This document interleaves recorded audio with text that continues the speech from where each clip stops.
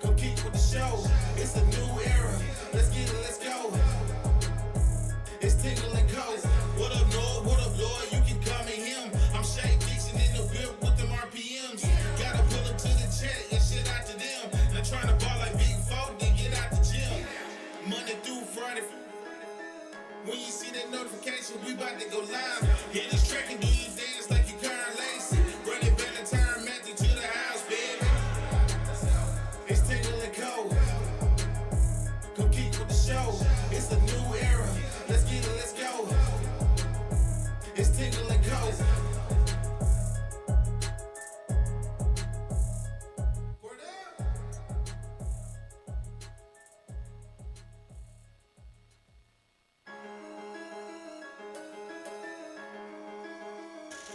Word up.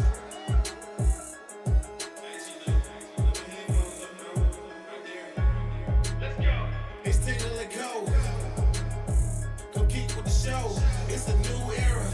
Let's get it, let's go. It's Tingle and Co. What up, Lloyd? What up, Lloyd? You can call me him. I'm Shay Dixon in the whip with them RPMs. Gotta pull up to the chat and shit out to them. Not trying to ball like Big Four, then get out the gym. Monday through Friday. When you see that notification, we about to go live. Hit this track and do you dance like you Karen Lacey. Run it back and turn Matthew to the house, baby. It's Tingle and Co. Compete with the show. It's a new era. Let's get it, let's go. It's Tingle and Co. Word up.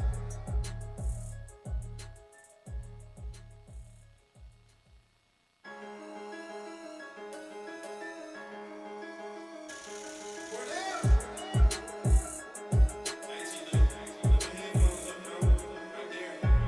Let's go. It's Tingle and Co. Compete with the show. It's a new era. Let's get it, let's go. It's Tingle and Co. What up, Lloyd? What up, Lloyd? You can call me him. I'm Shay Dixon in the whip with them RPMs. Gotta pull up to the chat and shit out to them. Not trying to ball like Big Four, then get out the gym. Monday through Friday. All right, good morning and welcome in here on this Wednesday morning. We are live from our Southern Regional Medical Center studios. Shout out to the team here at SRMC as they bring you Tingle & Co. Brought to you by FanDuel. FanDuel brings you our show every single day.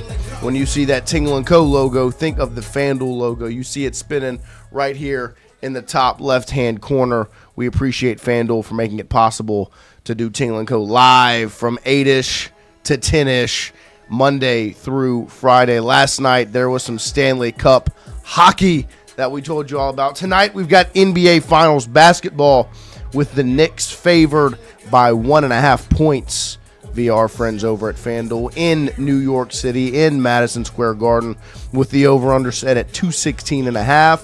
Spurs are plus 110 on the money line. Victor Wembanyama to score 25-plus points is minus 210, minus 215 for Brunson.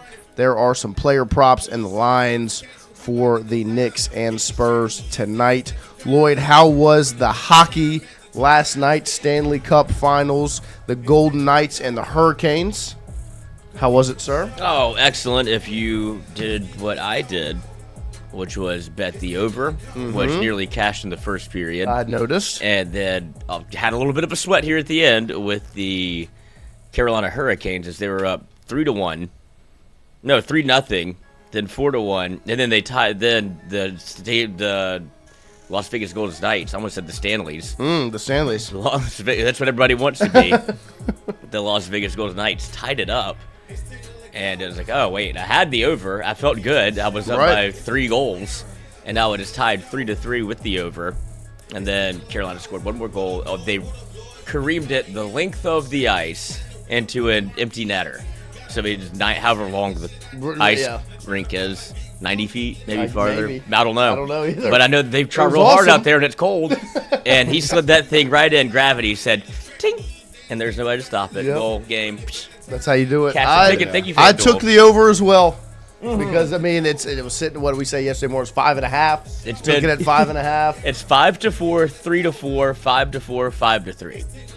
Nice. They're scoring. They are scoring goals. And the crazy thing is that it's like they wake up in the third period. This was the first game where it was like early they score points.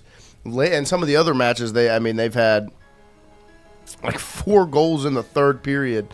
So there's some Stanley Cup action for you last night, NBA Finals tonight. But good morning to all of you in the chat. We appreciate you starting your morning with us. Fonz, Bada Bing, Charlie, Kenny, Sabrion. Both series have the chance to do something that is very odd, where usually you say the series doesn't start until the road team takes one. That's all that's happened. Yeah, it's just the road team winning. The Spurs lost both of their home games, and then you have the Knicks lose their only home game so far, and the Golden Knights or the Hurricanes have not held serve on home ice yet either. Wow. And there's all been it's not the crowd's the problem. Yeah. People are there. It's just odd. It is. Yeah, it is. And it's crazy that because everyone puts so much stock all the time into home court advantage, home rink advantage, home field advantage. The barn. And it just hasn't really mattered at this point. I don't know. That's just weird. Maybe you just get a little extra juice when you're playing in front of the opposing crowd. They just like being the villain more than they like being the hero. The Spurs definitely, I would imagine, because once you saw that reaction in New York, you're like, good, I like this. I mean, and they lost their mind. I saw some videos yesterday. No, me too. I didn't realize how bad it actually got. I saw one of just a Spurs fan just walking down the sidewalk, and Knicks fans jumped him. Yeah. Like 10 Knicks fans, and he starts fighting back, and it goes from 10 to 30 like that, and they're kicking, stomp. I'm like, if they, and so this is where my mind goes. If this series makes it to 6, the Spurs win the next 3, and they win the whole thing in New York, Game 6, there will be deaths. Yeah, it's going to be a problem. It will not. I love a good road atmosphere. Of course. What are we doing here though? The dude's literally just walking on the street. And Nick's like, "You talking shit? Oh, you talking shit about Jalen Brunson?" No, I'm not. And he didn't say anything. He's just walking, straight eyes, blinders on. He's just walking. Oh, I'm going to beat the fuck out this guy. Yeah, it's crazy. No, it is absolutely unbelievable. And so if the Spurs win the finals, it needs to be in San Antonio for the safety of our nation, truly. We don't need this to happen in New York at all. Because if that's how they react to a Game 3 loss where the Knicks are still up 2-1, if they lose the finals in New York, Spurs fans are going to have to be Secret Service out of Madison Square Garden. You just got to take your jersey off. Yeah. I mean, you just can't go. I can't do that. There's no way. It's your dignity as a fan. Yeah, I can't. I'd rather get beat up in my jersey than be safe not in my jersey. That is silly. They need to transport in some of those big old San Antonio women for personal protectors, because all I'm seeing is 5'8" skinny white dudes. Yeah, I mean, look. I mean, that's Unk. I mean, this guy. This poor guy. He's hearing voices. This is fucked. What are we doing, they're guys? just an old man. They're just harassing these people for being Spurs fans. He just likes San Antonio Spurs basketball. Yeah, he just wants to watch the sports, guys. That's it's not Sports ball. sports ball. The next thing that popped in my mind was Oxford on September 19th. Oh, absolutely. The first thing I thought of was Ole Miss. I'm going to Because if LSU wins conceal my jersey and you walk out, No. that's what it's going to be. They're going to look for any LSU fan possible. get a tiny little gun. A little pocket rocket. Yeah. Do you think it's worse if they after the game? Do you think it's worse if they win or if they lose? If they lose. Okay. If Ole Miss because loses? I think if Ole What's going Miss to be worse for you? if Ole Miss wins, it comes down to your self-control. Because they're not going to be trying to fight you. They're going to be trying to egg you on to fight. Told y'all to like that. Told y'all. If Ole Miss loses, it's on their self-control, extremely emotional. They're not going to have any. Because I would assume LSU fans will be letting them hear it. Mm-hmm. Which means it comes down to the old Rebels self-control, which I don't believe there is much. Yeah. Especially if they lose that game. Yeah. So I think it would be worse if they lost. See, I don't understand this part of it. Because my thing is like, we're going to talk shit during the game. Of course. As soon as the game ends, you get in a couple of like, oh, fuck you, we beat you. Yeah. And then after that, you shake hands and fine. you're like, what a great game, man. No. Like, Yeah. oh, this was fun. Some like, fans you guys just are aren't a built great like that. team you guys got. Like, that 3-hole hitter's real good. Yeah. You know what I mean? And then, like, your friends. Yeah. I don't get the fighting part of it. Like, it that's takes me crazy. back to Starkville. The kid fan that flipped me off, fine. That's whatever. Yeah. I was like, hey, buddy, calm down. Because Yeah. some of these fans might not react the same way we do. Right. The grown man at the top of the stairs, that guy's a Yeah, problem. you're a loser. Yeah, but the you guys suck. Get That's out of funny. here. Like, fine. Stupid. I mean, that's fine. That's part of the sport. It's part of the game. That's why you go to the games. But that reaction, or what it could be in September, is not what it's supposed to be. Yeah, that's why. I'm gonna put a bunch of boiled eggs in my pockets, so when you squeeze me, you're gonna stink. I'm gonna walk around and be like, "Oh, that kind of smells Oh, awful." you're gonna throw boiled eggs at people. I thought about that too. We're gonna have like to do this. real eggs. Yeah. We just be like, that guy's got eggs on him. Watch out. Watch out. What? He just throwing eggs at people. Egg in your face. How about What is that? wrong with you? Dude starts turning two in the middle of Oxford. Egg. Egg. That's Egg Boy Fucking idiot. and Hot Dog Oh, Boy. it's gonna be Eggman. It will be. It will be wild. That's for sure. It will be wild. Because there's a world in which you do something like funny Right. to protect yourself. I don't want to bring a gun. No. But like maybe a water gun. Or like, Pepper what show spray. was the show when we were kids? iCarly. Remember Sam, one of the characters from iCarly. This was a Nickelodeon show when I was a kid. She had a butter sock. She had this sock that she just I remember this. filled with butter, Hell yeah. and it would like solidify. Yeah. That was hard. It turns into like a bat, Okay. and she would just like it was a nunchuck. You just swing that butter sock upside somebody's head. See, I was thinking like table butter.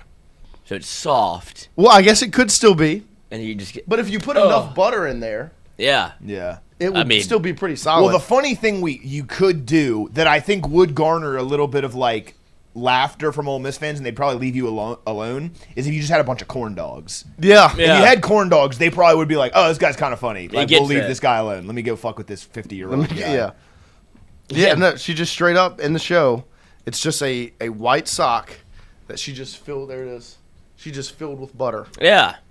And it was just like a I'm little, sure like that's a what little the- I'm- nunchuck. I'm Yeah, I sure- remember that. It's basically yeah. batteries at that yeah. point. Literally. I'm sure that's what the Disney or Nickelodeon executives were thinking of for sure. Yeah, make it carry on a butter sock. That's cum. Shout out Dan Schneider. We appreciate all of you. Oh my gosh, what you got? According to Zach Nagy, LSU has landed a commitment from the #1 overall transfer in the portal, outfielder Bino Are Waters. you kidding me? I am not kidding. Live right now. Zach Nagy tweeted it. So Live right now. Let me see. Colin. Should we just call him? No, Bino Waters just tweeted, "Go Tigers." hell Wow. yeah. The top player in the transfer portal, the outfielder out of Notre Dame, Bino Waters, is officially an LSU Tiger, the #1 player in the portal. There he is right there. Bino Waters taking a picture. I mean, there's not a better photograph you can take. There's not another program that can give you this cool of a picture to announce your commitment. He's got each trophy of Jay Johnson's next to him. Not just in totality of LSU, just this Oh head yeah, you could coaches. make the picture cooler. Yeah, you could have 6 more of those. But instead, we're just going to keep the 2 that this coach has. The #1 player in the transfer portal is officially an LSU Tiger. Bino Waters, the outfielder out of Notre Dame, is headed to Baton Rouge, Louisiana. Breaking news here on this Wednesday morning. Early in hour #1, some news breaks. Here is what On3 had written about Bino Waters yesterday when they put out their top transfer portal players. Bino Waters has been one of the ACC's most productive hitters in his 2 seasons at Notre Dame. As a freshman in 2025, he hit .317 with 9 homers and a .984 OPS, driving in 39 runs with 26 strikeouts to 32 walks. This season, he stepped it up even more. .362, 10 homers, 51 ribbies, finished with a 1.057 OPS and he was On3's number 1 ranked transfer portal player. He is officially an LSU Tiger. Bino Waters, welcome to Baton Rouge, sir. How about the breaking news this morning? Huge addition for LSU, as they will likely be replacing their entire outfield with Curiel draft, Brown draft, Stanfield, of course, out of eligibility. Draft as well. And now they're able to add a huge piece into the outfield: experience, talent. A day 1 starter in Bino Waters out of Notre Dame is headed to the LSU Tigers. Jay Johnson does it again. This might be the biggest position player out of the portal. Like, there have obviously been the Daniel Dickinsons that ended up getting here and performing very well. Stanfield, of course, came in as your everyday center fielder. This might be the most anticipated, the highest expectations for a portal get since Tommy White. Mm-hmm. From a position player standpoint, of course, pitching-wise, you've added some big-time guys. But last year's portal class, not this past season, 2025, you added some guys in Chris Stanfield and Daniel Dickinson who maybe were a little more under the radar guys, went to smaller schools, weren't big names coming out of the portal. They became big names as they began to play for LSU. Watch that man work. Oh, gotta go. Hop up out of this chair. That phone starts ringing. Bino Waters comes calling. This shit is so funny. That interview's over. Automatic. Shout out to Cauble. Handle it like a professional, of course. I'm sure he told him before. Yeah, I don't know. There's a very high chance my phone's going to ring during this, and I'm going to take it. Very understandable. I have to take it. Yeah. But say it happens. Oh. It's the best. You don't think he finished the interview? Like, how long do he you wait says, there if you're he callable comes before back. you're like, with the okay, coaching he's probably staff not and their coming back. development plans. I think they know me and know. You should give him a good 20 minutes, 30 minutes. Sorry. Or as long as you want. As long as We you figured have. this was going to happen. Jay obviously is a busy dude right now, taking some calls, so we'll have more with Jay Johnson when he returns. Out of here. That's as good as it gets right there. When the number 1 portal player in the country, I don't know if that was Waters calling. That's what I'm We're wondering. just gonna paint that picture now that he's committed. This is the biggest position player addition via the portal since Tommy White for LSU. Huge. A huge addition, especially when you're replacing your outfield. You need experience, you need talent, and you go and you get the number 1 player out of the portal. In addition to, they've added Landon Hood, who's the number 1 pitcher, number 3 player out of the portal, according to On3. So you saw number 1 right there, Bino Waters, who just committed to LSU. And now you're looking at number 3, who's been committed to LSU, Landon Hood, 2.48 ERA, 78 strikeouts, just 21 walks. Finished the season with 5 saves. You also have Dawson Park, who's right there at number 13, the shortstop committed to LSU. But the big one just popped right now. Bino Waters is an LSU Tiger. Wyatt, Lloyd, how big of an announcement is this morning? Oh, I mean, the first thing I think of is now it's going to be Bino, Bambino, EAUX. Like, just get used to it, buddy. Yep. Also, just doing a little digging on the family. Jesus, I don't know. This dad doesn't need to stop. Bino Waters is his oldest. Then he has Rhino Waters, Yep. his little brother, who was the starting quarterback for Central Michigan. And then his third youngest, or I guess the youngest of the bunch that I can find so far, Flip Waters, is the number 4 prospect in 2028 for college baseball. So he's doing something right over there. There's something in the water. It's a freaking, Heck yeah. It's a Waters factory. Yeah. That's incredible. It is. And they all have Something in the waters. nicknames. It's Yeah. all Bino and Rhino and Flip. That's not their real names. But Maybe it they're is. doing something. No, it was something weird. But so they just turned it into Rhino. There you And go. then his other name was something else. They just called him Flip. Nice. And now his brother is also flipped from Notre Dame to LSU. There you go. Something in the waters. With that And that's family. yes. Wyatt, your reaction? No, I mean, this is massive. Anytime you go and get the number 1 portal player in the country, it is a massive win. I talked about it last week. Like, you're LSU. I don't care about the NIL thing. You should be able to go and cherry pick some of the best players in the portal, and Jay has done that so far. He's going fucking scorched earth right now. You've got 3 of the top 15 guys. And Bino is massive just from a positional standpoint. We've talked about it. Assuming Jake Brown and Curiel leave, which I think if I had to pinpoint it, they're probably leaning that way right now. Right. You're going to have to replace all 3 of your outfielders. This is your day one starting center fielder now, and he's probably going to bat at the top of your lineup and be one of your best players. So, this is just a massive addition. Great bat-to-ball skills. This is from a power conference, probably the second best conference in college baseball. So the stats, shouldn't go so far down. Like, this isn't going and getting a guy from Grand Canyon. This isn't going and getting a guy, from a smaller conference. This is the ACC, where the baseball is almost as competitive as the SEC. Yeah. This is about, like you said, this is the biggest transfer portal land of a position player since you went and got Tommy White. Massive. Absolutely huge for You know LSU. how hard this was hit when you're playing your position perfectly. Oh, Jesus. Yeah, you can't get there. That's when it's right at you. Bases loaded, 1 out. Nice little two-handed swing right there. That's what we and like rips to see. it past the pitcher's ear hole. He didn't perform the best against LSU when you saw LSU versus Notre Dame. I just went and pulled up the stats because obviously LSU and Notre Dame played this year. LSU won 9-4 as Notre Dame matched up against Cooper Moore, Ethan Plog, Devin Sheeran, and Dax Dothy in that matchup. Here's another cut. Oh, Seth Dardar likes the addition. Oh, we fired up in the chat. Let's go, boys. There we go. Let's go. I love a good transfer There we portal go. lefty Hey. bat. A little lefty bat out of the portal never hurt nobody. Hell no. But against LSU, he was Said the biggest 1 for 5 with one hit. Did strike out once, was left on base twice. So he's able to put together some good ABs against the Tigers when LSU saw him up close and personal this season. Another time, Jay has added a player that they once faced the season prior. Did it again. The Raging Poon, $5 super chat, 5 claps, ready. Can the trolls and Jay haters shut up yet? This is Jay doing Jay stuff again. He whiffed last year. He admitted it and will fix it. Trust Jay. Seth Dardar, get me that injunction.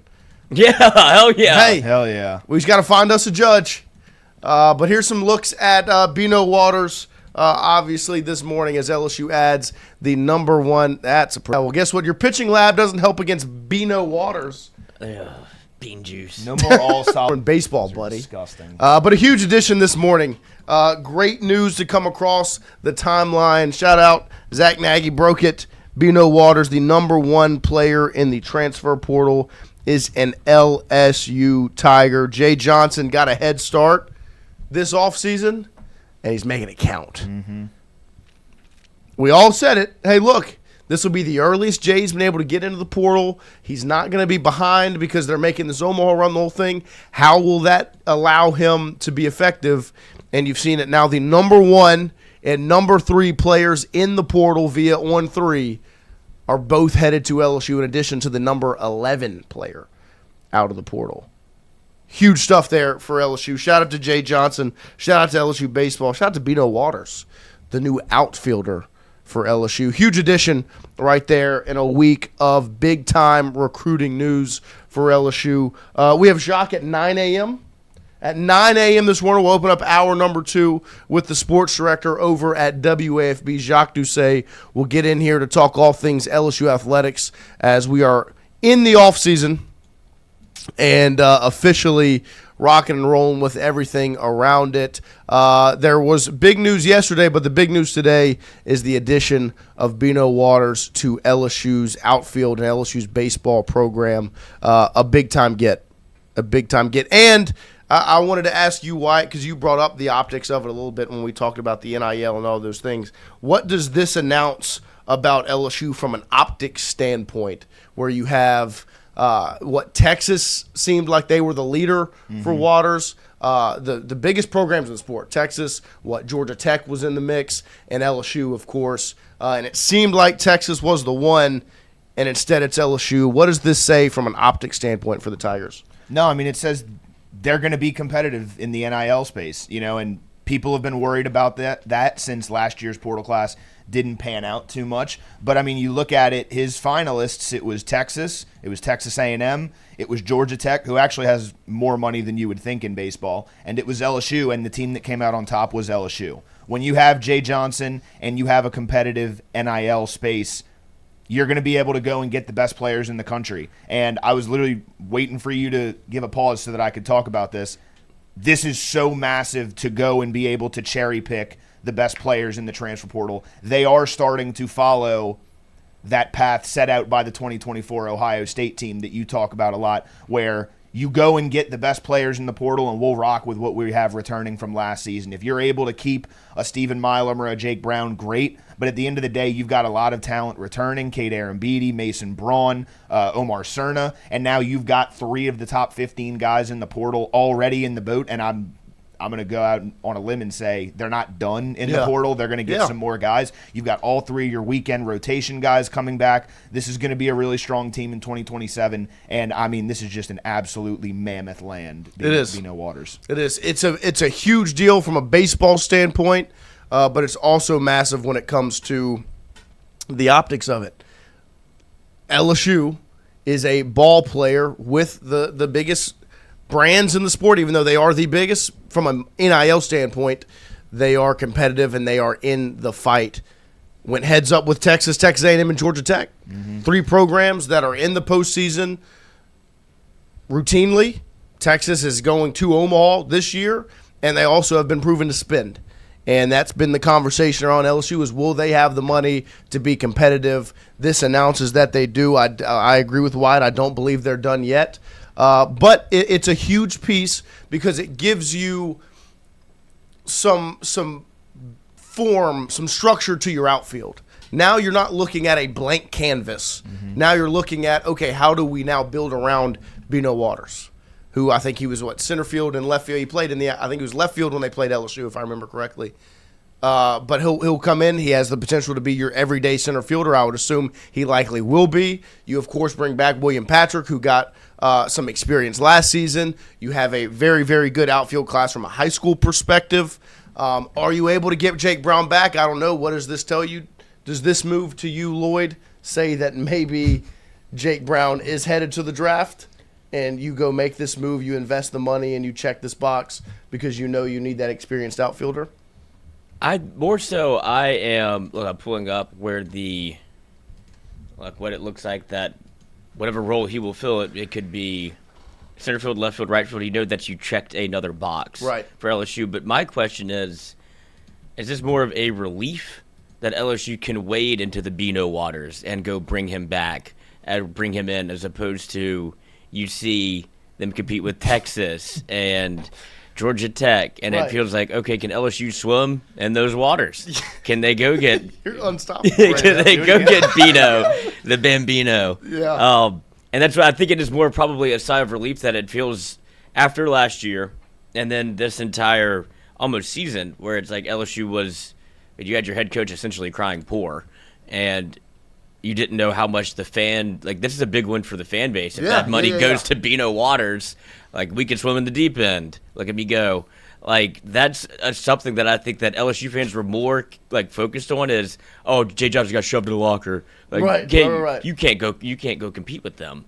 Like, you're going to have to be able to do it this way and build it from the ground up. You don't know where you're going to really compete again in 2027. It's not always every year's a national championship year. If you have to fill out your entire outfield, your shortstop, you have 2 pitchers that are coming back off injury. Like, there's a lot of question marks, and this does, I feel like, check a box for not only the baseball team, clearly, but for just the fan base to be able to say, okay, maybe we are back in terms of how much what Verge Osbury has said about getting Jay Johnson more money. Like, that's what this is. Yeah.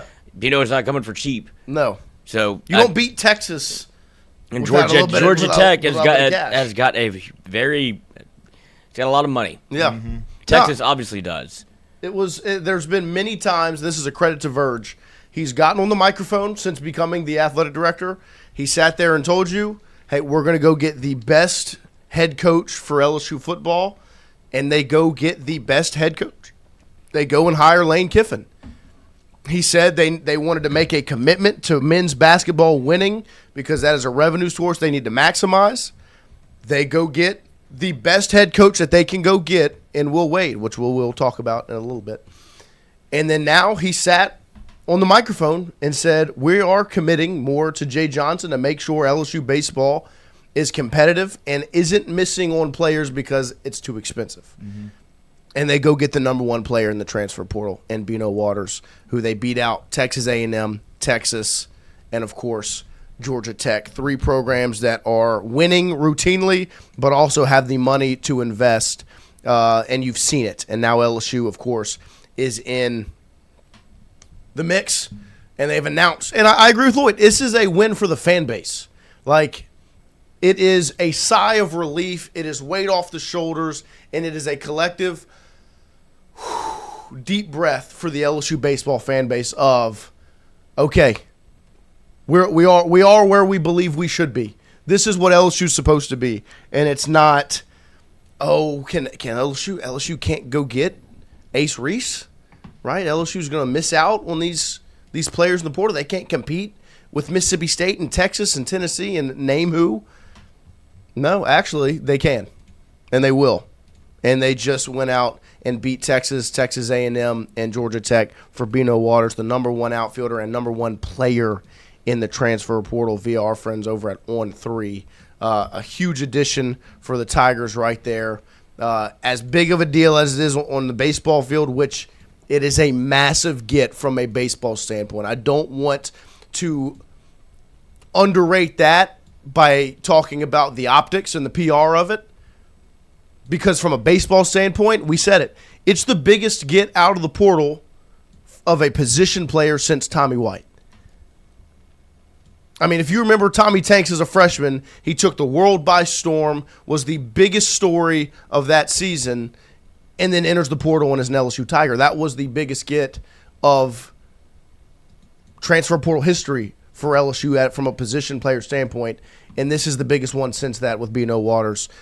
Checks a box in the outfield, in the lineup, but of course from an optic standpoint for the LSU fan base, it is a collective deep breath of, okay, we're here. We are who we should be. Not who we believe we are. We are who we should be. LSU baseball should be the program that can compete for the number 1 player and get the number 1 player year in, year out. From a brand standpoint, and you shouldn't be, from an NIL standpoint, that far behind some of these other programs. Huge. Big-time get. I believe the commitment video came out as well. Okay, Andrew. Oh, get fucking locked. Shout out NBA Tiger Boy, my goat. Yes, what am I supposed to do? Leak what I know or troll my... You didn't know shit. You did, You yeah. just got shoved into a you. locker, buddy. You want to come on the show and talk about Oh, it? he's busy in Omaha. We appreciate you covering the sport and covering the program, Andrew. But that is the lowest form of you can't flex journalistic credibility in that spot and be like, I actually knew. Like, no, you didn't. No, you didn't. No, you didn't. You actually thought LSU had lost a step. Yeah. Andrew. And they haven't. Guess what? Jay Johnson still got his fastball. Mm-hmm. You're out to lunch. There's 98 at your cheeks. Out to lunch. Can we play the Waters commitment video? Does the commitment video have music on it? I don't know. I didn't listen to it. Can we find out? Because I want to play it, but I don't know if we'll be able to play the audio. God, what a huge addition. I believe it's on Bino Waters' Instagram. I believe it's in the BinoWaters.com. BinoWaters.com. Bino Waters. Let me go ahead and give them a follow. Let's get Tingle & Co. needs to give a little Bino Waters follow. We follow Bino. Do we? Yeah, Good job, Wyatt. Wyatt. Huge addition there for LSU baseball. It does have some music. I don't know if it's copyrighted. That's okay. We'll just play it. And a little Seth Dardar clip in there. There we go. Oh, yeah? That's our boy. Seth Dardar. Appreciate Seth getting in the chat, getting fired up over the Bino Waters edition. Heck yeah, man. Huge, huge addition for LSU baseball. Threw off the show plan today, but that's okay. I'll never get upset. Can I just say, Bino Waters, you perfected the time to commit, because now I didn't have to put it in the document. Nope. I don't have to put it in the document tonight because it already happened. We already talked about it. Yep. We were able to talk about it on the show. Shout out to you, Bino Waters, my new favorite player. Bino Waters, you're my Made favorite my player. life easier. And so we'll get Jason Armstrong in here soon. not today, but this week to discuss the addition of Bino Waters. I know he brought him up at one point, but it's just I'm so fired up from a baseball standpoint, but the optics of it. Like, it's just good tapping into the fan base side, like as a fan, of feeling the way a lot of you guys feel with the emotions. Just because we do this show and we are media doesn't mean we are not still. I mean, that's the whole point of the show is we are fans. We love it just like you love it. And we feel the same feelings you guys feel, and as a fan, it is nice to be able to sit back and take that sigh of relief of, yes, this is where LSU is supposed to be. They are not getting outpaid. They are not some second level of NIL competition. I mean, he's already, like Chef said, he's already got LSU in the bios. Mm-hmm. He's got LSU in his Twitter bio. He's got LSU in his Instagram bio. He is an LSU Tiger, and this video is fire. I don't know where it is. It's on Instagram. It's okay. Instagram. Instagram's tough to pull up. I know we have the link in the document, I believe. But, man, and I tell you what, the other thing that Bino Waters brings is the ability for Lloyd to go full all into the wordplay of wade into the waters. Beautiful. Something in the waters. Mm-hmm. He's just, I mean. Fishing at the deep end. That was, we will have to cut that. Beautiful. Because he dropped about 5 different waters wordplays into a take. Mm-hmm. And I'm surprised I was even able to pay attention and listen to what was being said. Sequel to the original Waters World. There you go. It was Waterworld's actually a terrible movie, but it was so confident and smooth. I didn't even notice he did it until I saw you. I was like, "Why is he laughing?" Oh, Water was good. It was really good. It was really good. That was really good. Appreciate you, boys. But welcome to LSU, Bino Waters, Jay Johnson. 2 claps, ready for number 2. Yeah, he is. Now we're looking for number 3. Come on now. Hell yeah. Huge addition, big time get for LSU and Jay Johnson. How about the Tigers in the transfer portal? Big time stuff for LSU baseball. Speaking of optics, we talked about the PR and the optics of this edition for LSU baseball. There are some other optic news. Do we have We got Bino play. Let's roll through this announcement video for Bino Waters, the newest LSU Tiger, the number 1 player in the transfer portal, who is officially headed to Baton Rouge. And in this video is in Baton Rouge. Taking some great pictures, some video. His announcement. There you go. There's my video. You see your video. Alec Box Stadium. Big time stuff right here. JB. There he is. There you go, 2-4. Oh, a couple of dog piles for a couple of national champions. Big time stuff. Big time stuff. There we go. Go Tigers. LSU made it happen. Number 1 player in the transfer portal is headed to Baton Rouge. It's a huge win for the Tigers, both on the field and in the optics of all of it. Speaking of optics, the big news yesterday, and the big news going into the show before Bino Waters commits, is that NC State is launching an investigation into LSU and Will Wade. On 3 put it out yesterday. NC State is investigating whether LSU improperly persuaded Will Wade to break his contract with the Wolfpack. My first reaction when I saw the news was similar to Wyatt's tweet. When it was announced, Wyatt put out the tweet. See if I can find it, unless you remember it, Wyatt. Oh, you did. NC State got big dog, and clearly they are struggling to cope with. That was my first reaction. It was like, oh my gosh, are you still that upset and that hurt that you are going to now take legal action against LSU for big dogging you and getting your head coach? That was my first reaction. And then I went and read what was actually said. One of the quotes: the timing and circumstances of Coach Wade's departure from Raleigh, his resignation, along with the LSU term sheet and the eventual buyout payment of $4 million to NC State, raises questions about LSU's potential liability in this matter.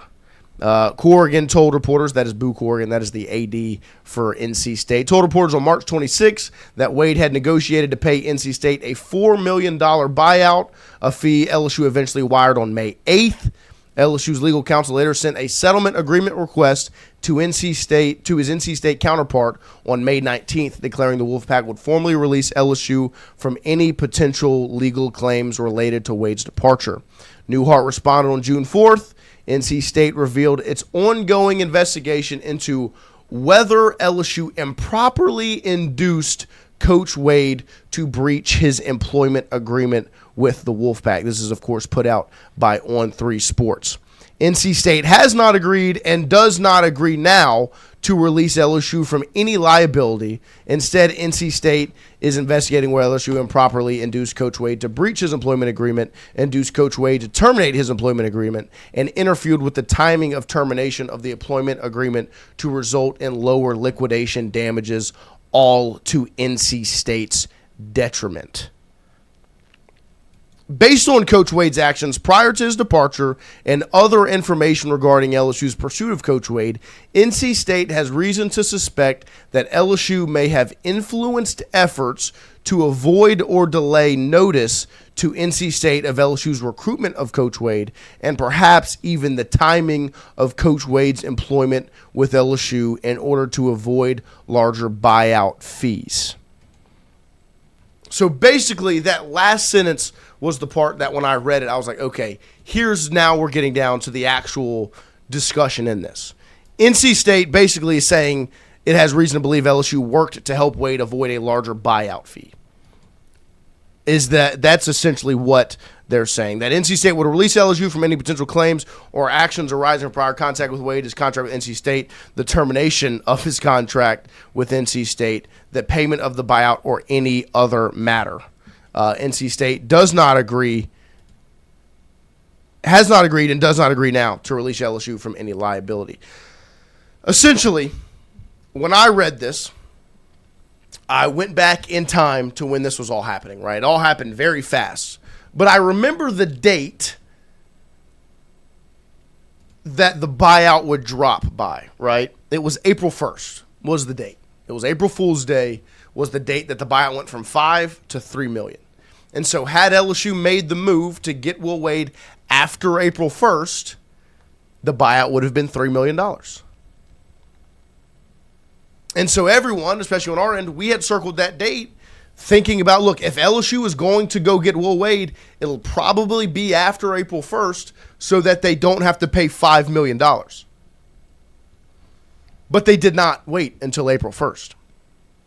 They did indeed bring Wade in prior to April 1st. They made the moves and they negotiated.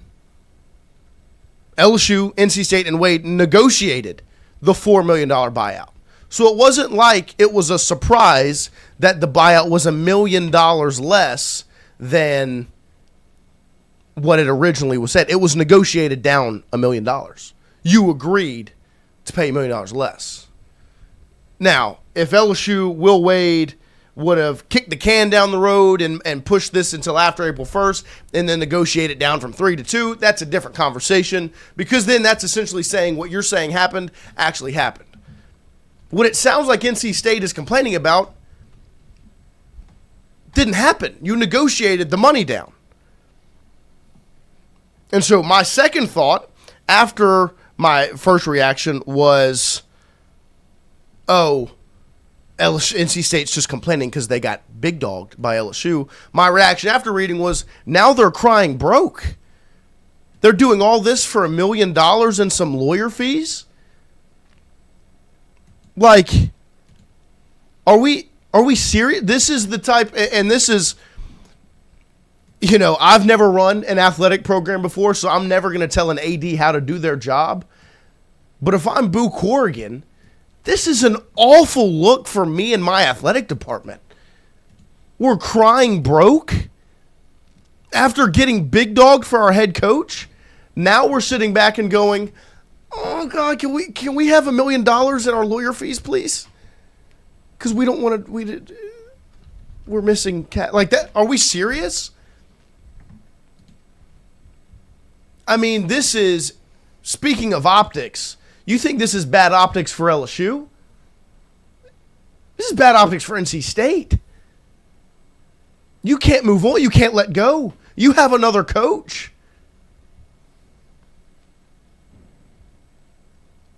And this one didn't even take any of the NC State players. You kept your roster from some since your best player McNeil stayed in Raleigh. You can't let go. You can't move on. I mean, bada bing, bada boom, 6969 in the chat. Oh yeah. What does Ole Miss and NC State have in common? They can't move on. You should be happy now.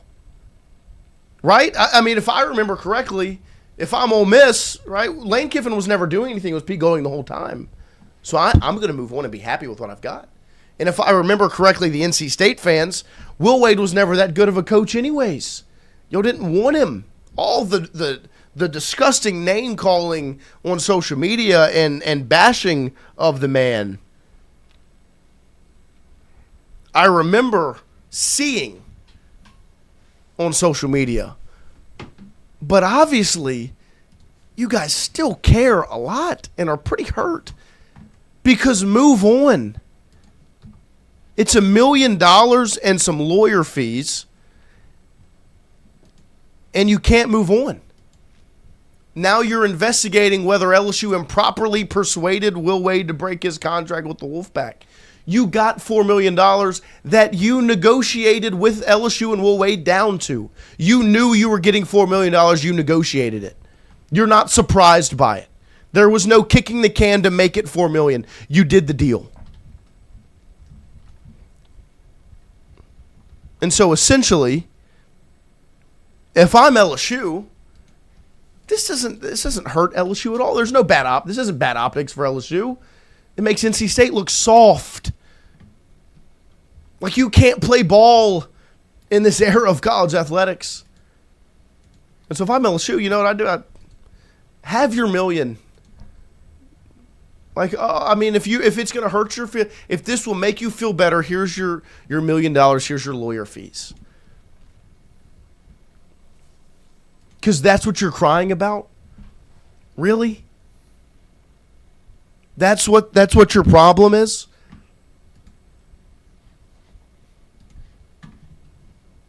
This is not bad optics for LSU. This is bad optics for NC State.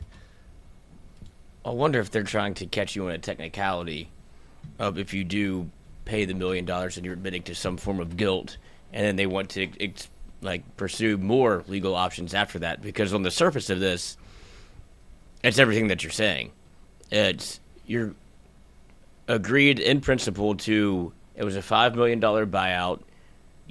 LSU had it at 3. You said let's meet in the middle at 4, and then that deal was done. Right. And then you wait until June 4th, where this has clearly been something that's been looming over your head. We're like, we're not going to release LSU's athletic department from a North Carolina state law that really all we can do is get lawyer fees and our $1 million back. But we don't think that LSU operate in good faith, and by God, we decided we're going to pursue our legal action for $1 million that we already agreed that we would let go off the books. Right. And so now you're coming back to it going, I don't like the way that happened. You know what? No, they do owe us $1 million. Like, you said that it was 4. We had both agreed to that. Right. But my thing is, I wonder if there's, because if it's just that, I'll pay you in cash. Yeah. Like, I'll frame the check. But if it's more than that, if there's something that they think this means that they can file, I'm not going to say injunction because that's not the word, but it is the flavor of the month. But if they can pursue more, it's like, look how this is, they're tugging on a string, and they hope that this unravels more and more and more, right, to where they can be like, look how long this has been going on.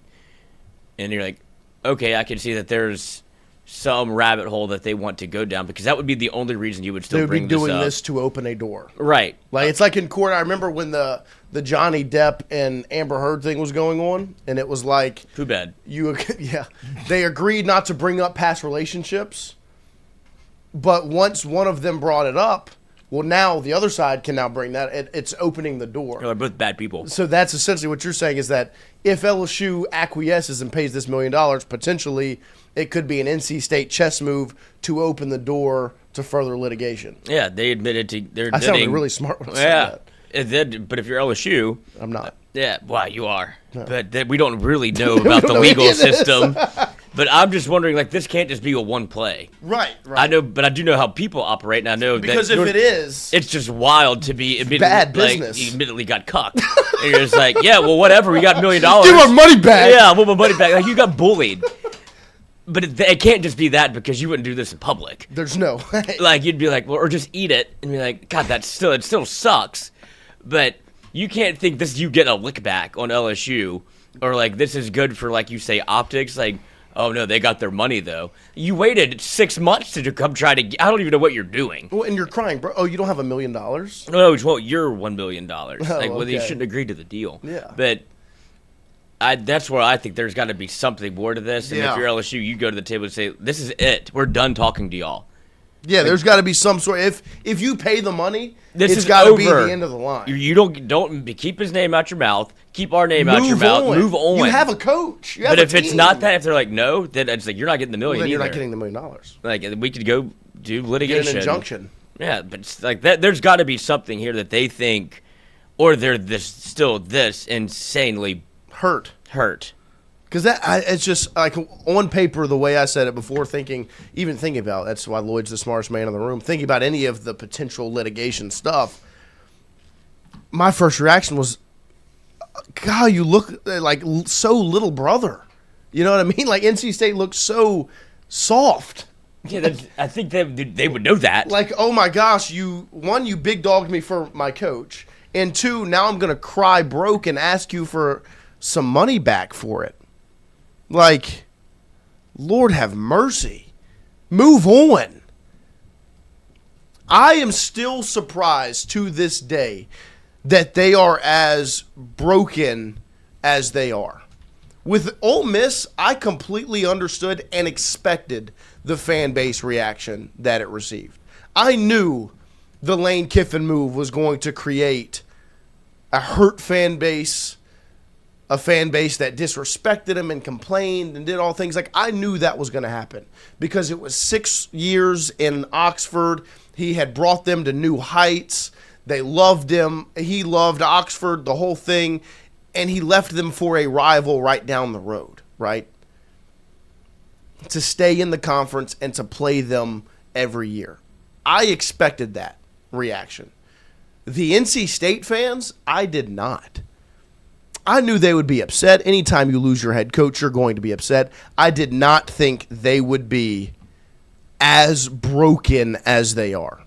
I definitely didn't think they would be to the level of Ole Miss. And what I'm seeing right now is essentially Ole Miss and NC State both have fan bases and athletic departments that are so very much hurt by LSU because LSU just big dogged both of them.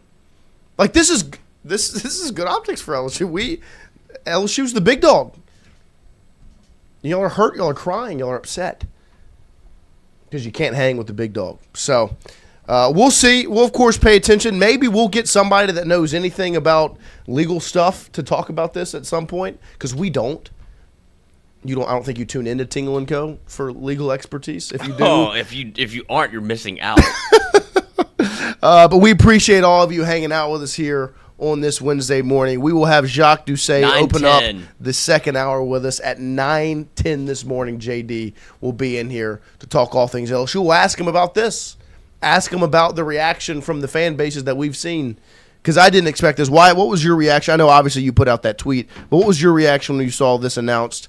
Because you were actually the first person that sent it. You sent it to me or sent it to the group. That was the first I saw it was when you put it out. What was your first reaction? It seemed like not like a big deal when it got put out. That's why I saw it on Twitter. It was like 10 minutes ago. I was like, wow, I thought this would be a bigger deal. It would have pinged to my phone a notification, but it didn't.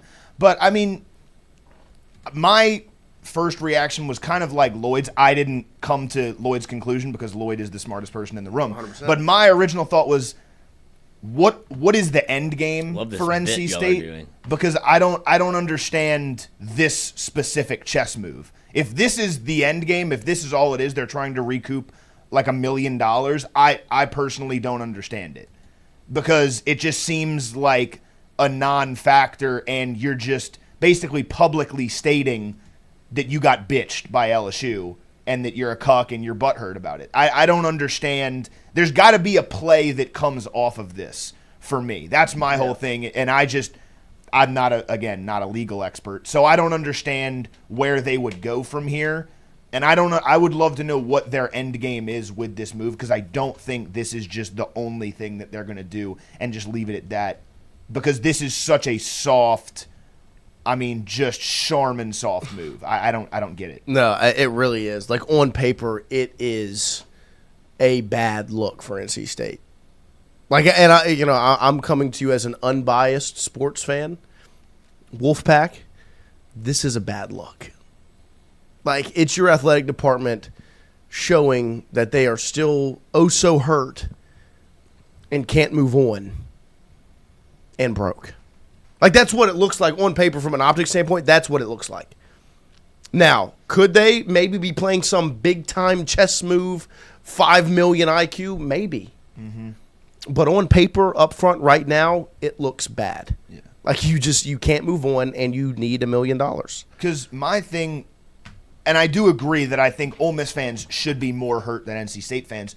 But if there was going to be an argument for why NC State fans should be hurt, it's because you got big dogged by a basketball program that is not objectively on the same level. It wasn't a yours. Job promotion. Exactly. That's what I'm saying. Like, NC State historically is a better basketball program. So what NC State could always cling to is like, okay, it's not that big of a deal. We're a better program. But now it seems like they're kind of acquiescing with this move. Maybe, like you said, maybe they're playing 4D chess and they do something crazy. But to me, this move kind of signals as like, maybe we're not the basketball program we thought we were. We lost our coach. No, please give us an extra $1 million. We're the victim here. Like, it just doesn't make sense to me. Yeah. No, it's from a PR standpoint, like, unless it is this big IQ play, you can't spin this into a positive for NC State. Yeah. And it's not a bad look for LSU. Well, it's not. It's state law. It's not like NCAA or anything like that. Right. This is just literally their state statutes that they can do this if they want. LSU or can do the same thing in Baton Rouge and be like, no, we're going to sue you for this. We had a contract in place. Right. But I really do think that this, if it's anything at all, it's just to make the fan base happy. Mm-hmm. We got to win something here. Yeah. Like, because they're still talking about it. Right. He is still in the news. It looks like he is going to have a roster that is going to be extremely competitive in Baton Rouge. I think, well, if y'all are still talking about it, we can get him for $1 million. Like, let's do the court thing that we can do in only this state. Like, yeah, you're going to bring Will Wade back and arraign him in court in North Carolina? I think he's going to do that one on Zoom. I think so. Yeah, I'm here. But that's all that's at the surface level of it. That's all it is trying to make the fan base happy and be like, look, we did all we could. Yeah, and that's, to me, if I'm a fan, I don't even want this. I want this to be over. I don't want. This is a bad look. This makes us look like a lesser athletic department and a lesser basketball program, like Wyatt said. And that's my thing. I'm an LSU fan. NC State is a better basketball program than LSU. It is, just historically, and even right now, until Will Wade left to come to LSU. And like I said, it could just be, considering this is not anything to do with like the athletic department, really. Right. Like, this could be somebody that has a bone to pick. Maybe. In the law office that goes, I'm filing a suit. And that's what they can do if they want, because this is nothing to do with college athletics. It's not going through the NCAA. Right. It's a lawyer somewhere that said you can sue LSU if you'd like, and maybe that's what they want to do. But he has a bone to pick. It'd be somebody that sits on Tiger Droppings or Wolfpack.com. And like, I'm suing them. Like, okay, buddy, go for it. Go for it. So, look, we'll see. We'll pay attention to it. We'll continue to keep our eye on this, if this comes to fruition and what comes from it. If all it is they just are crying and they need their $1 million to feel better about themselves, I'm not opposed to LSU just kicking them the $1 million. No, drown them in court. Make it cost more than $1 million to get $1 million. Pay it in pennies. Yeah, no, I'm just going to sue you back. Like, you have to come to Baton Rouge for court now. Right. So you're going to end up spending more money than what you're going to get. Yeah. That's the thing. If I was an NC State fan that I would be upset about is And I think this is Your the tax parallel dollars at work. between NC State and Ole Miss is you got your coach stolen, right? Your programs are not altogether in a bad spot at the end of the day. Like, Ole Miss is still in an okay spot as a football program. NC State, the same exact way. But instead of going forward and focusing on yourself and doing what's best for your program to maximize your program, you've concerted all of your efforts on making LSU look bad and making your former coach look bad and making it as hard as on them as possible. You are literally like a scorned lover. Right. Like, go focus on yourself. Go get in the gym. Go get some other girl's number and practice your confidence. Like, don't worry about us. Right. It's over. You should move on. And that's what I would be saying if I was an NC State fan. Stop worrying about them. Like, it's over. We didn't like him that much anyway, apparently. That's what I've been told. Right. So why are you still focused on LSU? Let's focus on us. No, I agree. I think that is a piece of knowledge and advice that both the Ole Miss and the NC State fan bases could take. Mm-hmm. Just focus on your program. Like, just think back to what last week or the week before we were reading the Pete Golding article. Like, you're talking so much about Lane and LSU. Like, focus on your team. Yeah. Focus on you guys. Don't worry about us. If you're Ole Miss, you can worry about LSU on September 19th and the week leading up to it. But you've got 2 games before that. You need to focus on those. Mm-hmm. What, Louisville week 1? Like, handle that. Mm-hmm. Take care of that. And if you're NC State, sadly, you didn't get teamed up with LSU for the SEC ACC Challenge. Maybe that was smart. Maybe they're just going to let it build for a little bit. I think at some point the game will get played. Well, now you can also call this now it's the Will Wade Lane Kiffin rule. Can't be going to get coaches while they're already hired by a former. Like, how do you think people get hired? That's my thing. Like, that was the real thing I took away. Like, how else does the business work? Like, do you have to wait until coaches' contracts are up every time to hire them? That's the point of a buyout, right? Like, you're buying them out the remainder of their contract. And it's not like LSU did the kick the can move and got it to April 1st to get it down to $3 million. The move was made before then. You negotiated down. So, look, we'll see. We'll continue to pay attention to this. We will take a quick break here. We'll come back with Jacques Doucet, the sports director from WAFB, to talk all things LSU athletics and get an update. We'll ask him his opinion on this and these 2 scorned, broken, heartbroken, sad, disappointed fan bases in Raleigh, North Carolina, and Oxford, Mississippi, right after this.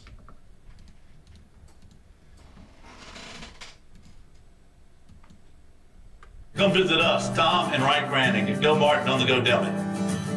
GOMART has clean restrooms, community coffee, an awesome beer cave, and a great selection of anything you may need.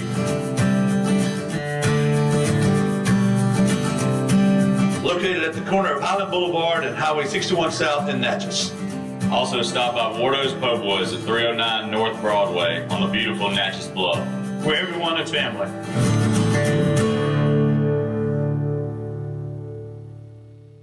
When it comes to your home, the roof over your head matters. At CAS Roofing, we don't just install shingles, we build peace of mind. With years of experience and a commitment to craftsmanship, our team shows up on time, gets the job done right, and treats every project like it's our own home. Whether it's repair, a replacement, or storm damage that caught you off guard, CAS Roofing is ready. We're local, we're dependable, and we stand behind every nail, every shingle, and every promise we make. Because at the end of the day, it's not just about roofing, it's about protecting what matters most. CAS Roofing, built on trust, backed by quality.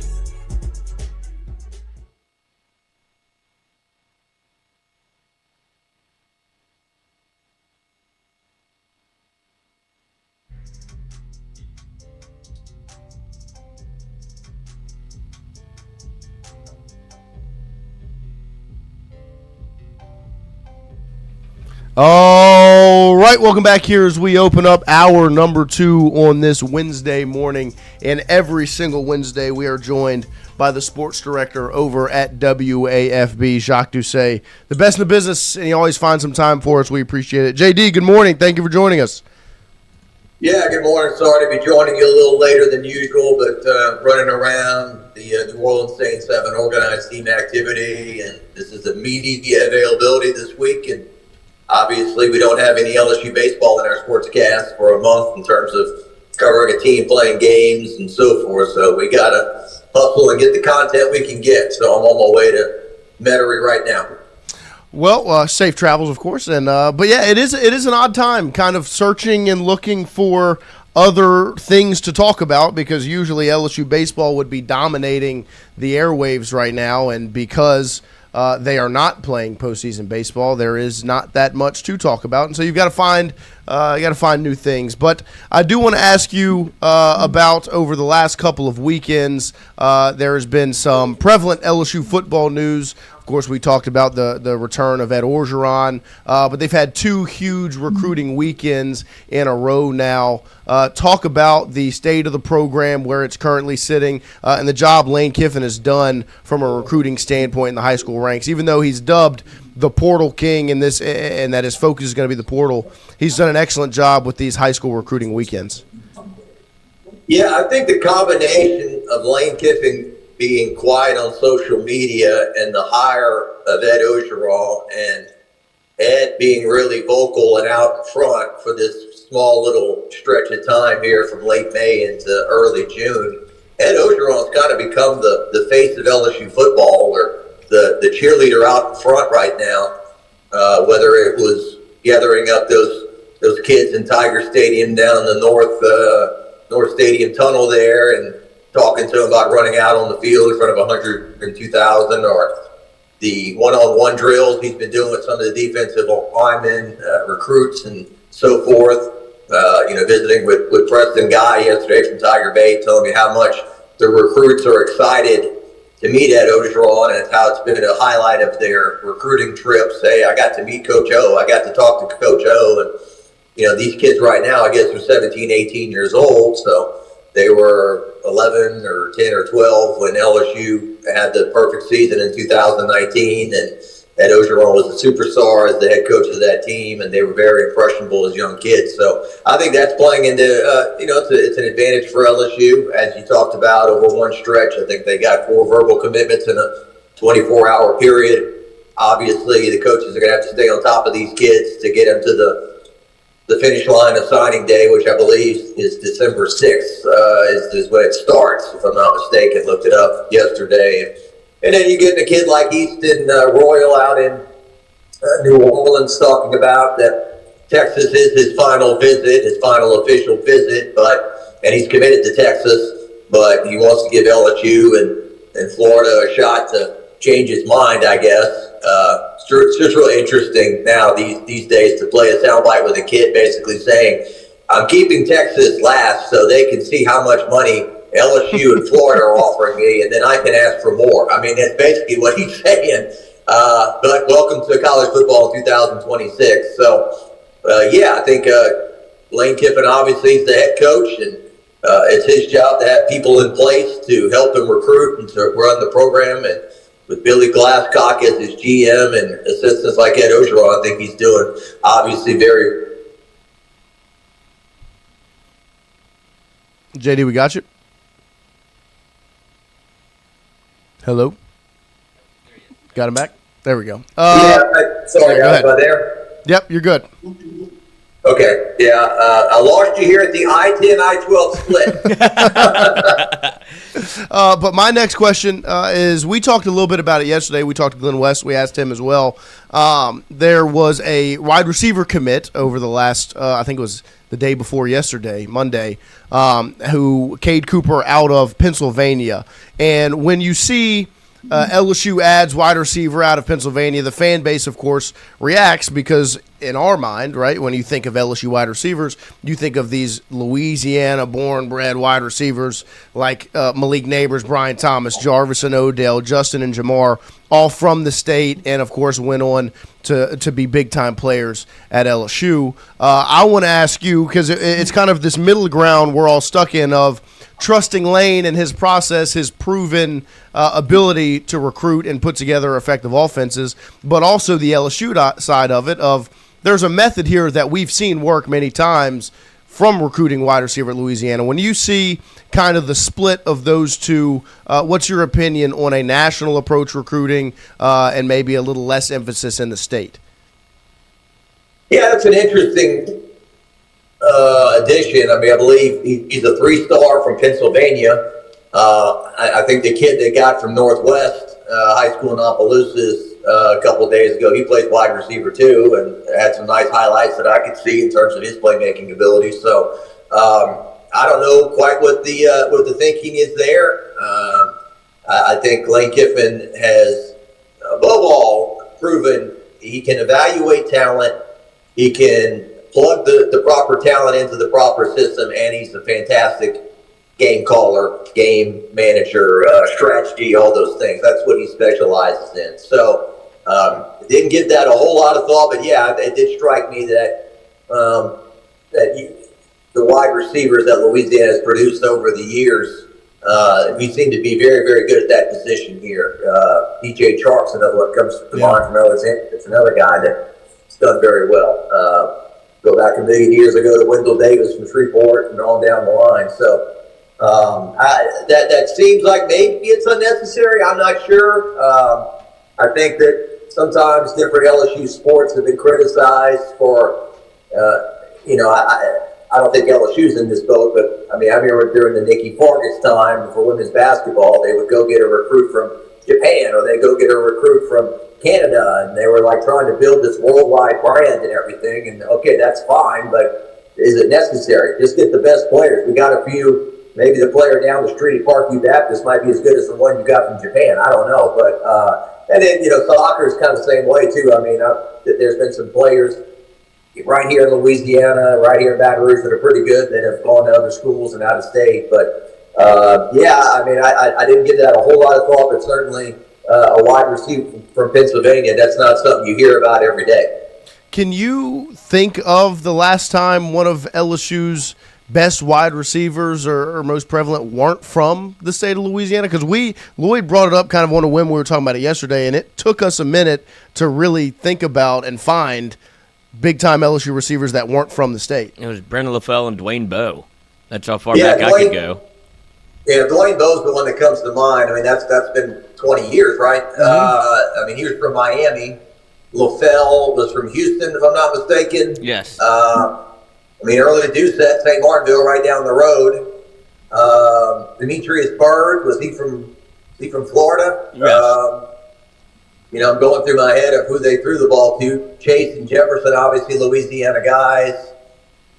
Terrence Marshall, he was from Shreveport, right? That area, I think that's right. Yeah, I mean, a lot of times, speed and guys that can catch the ball and play defensive back.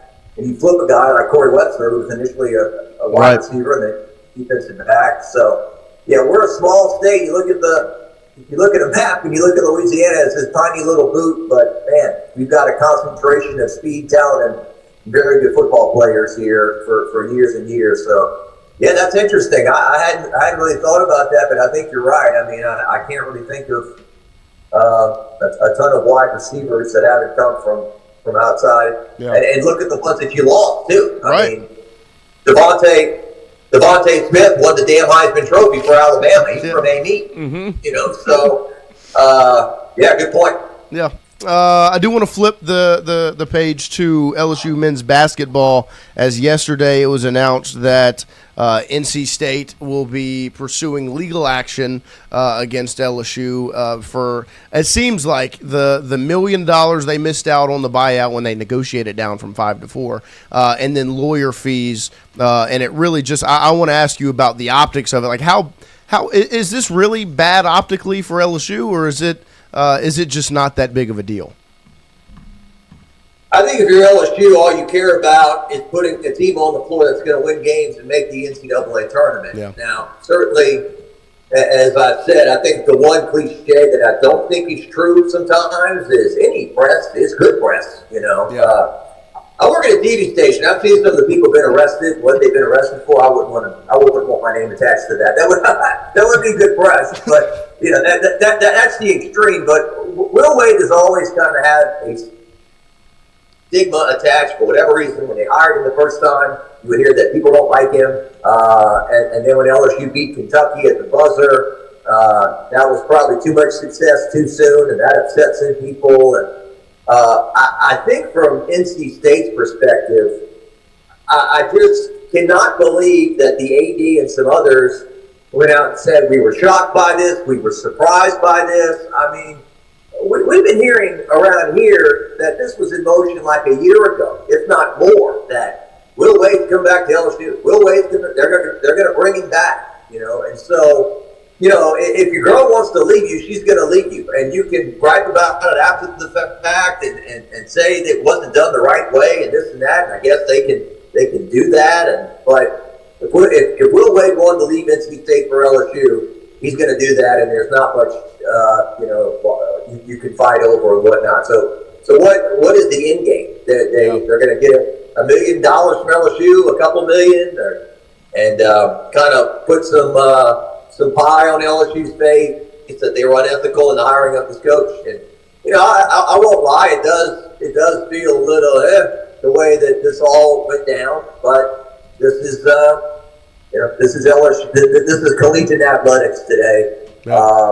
Whether we like it or not. So I kind of read a little bit about it yesterday, and at this point, if you're NC State, I'm just kind of like, just let it go and move on. Yeah, no, genuinely, I had the same reaction. They just move on, focus on your program, stop worrying about us. But to your point of this is the new age of college athletics, I think, obviously there's been huge reaction. We'll get your thoughts on Brendan Sorsby, the announcement for his the injunction they were able to get for him to be eligible. But I also want a second part to that question of from the LSU side. I think a lot of people's minds went straight to the LSU men's basketball roster of, well, if Sorsby's eligible, they get an injunction there. Well, then LSU's entire basketball roster should 1,000% be eligible and able to play.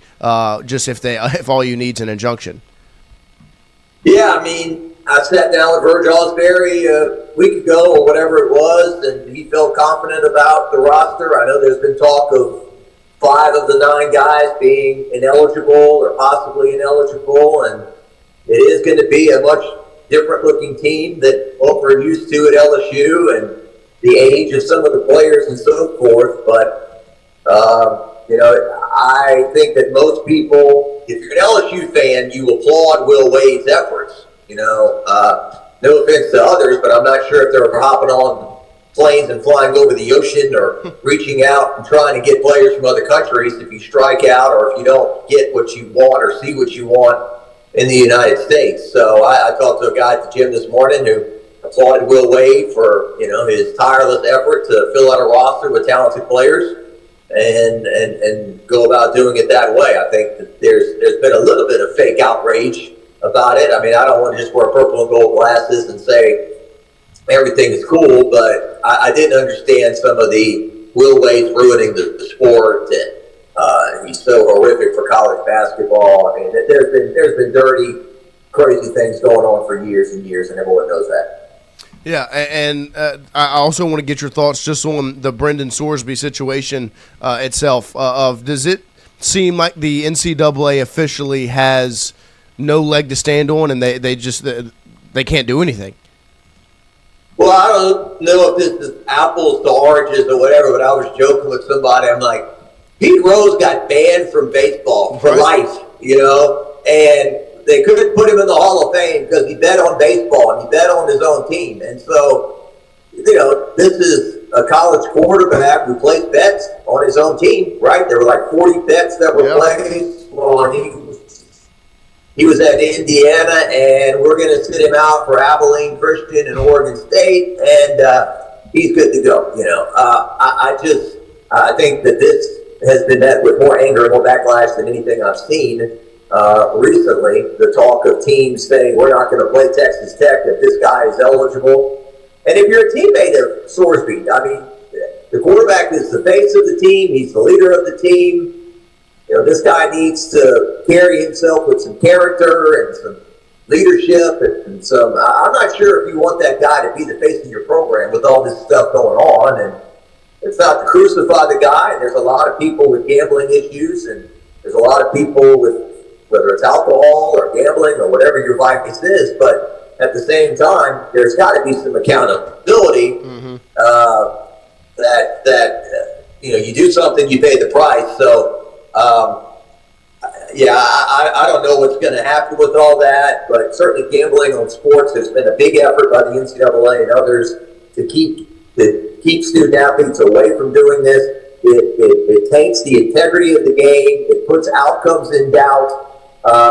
You can't do it. I mean, the Alabama head baseball coach, right? He was placing a bet in the LSU dugout right before his team played LSU, and he loses his job as the head coach at Alabama. What a gig to lose because you can't stop gambling. So it's serious, and the fact that he is just waived eligible. I do laugh at Tyrann Matthew wanting to come back and play his final 2 years and that kind of stuff. But, if it doesn't feel right, it's not. And this doesn't feel right.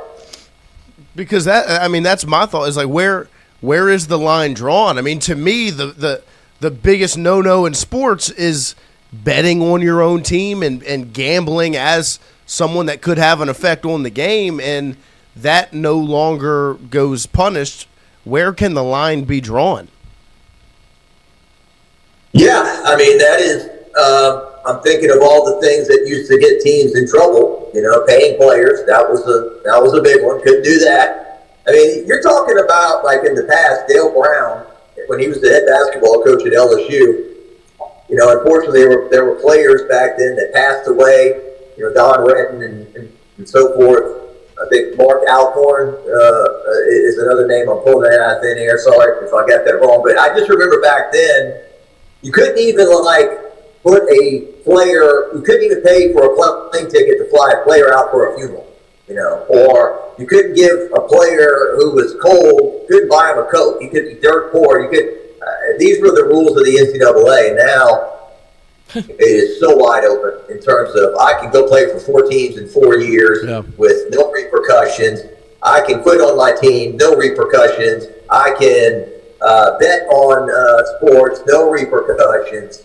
I think it's teaching young people very, very bad lessons, and the real world's going to smack them in the face when they're done playing ball, whenever that is, whether they're 35 or 25 or 20 or whatever the case may be. It's just not good. Well, you had the opportunity to talk to Skip Bertman about, I guess it was the anniversary of maybe the biggest play at LSU history or the biggest moment with Warren Morris, Alexandria native, hits the walk-off homer in the College World Series. You talked to both, but from Skip's perspective, did you get any information about, because I saw he had a clip that he's like, I wouldn't want to coach in this era. Is this kind of what y'all covered, and what were his thoughts on being a college coach in this era of athletics?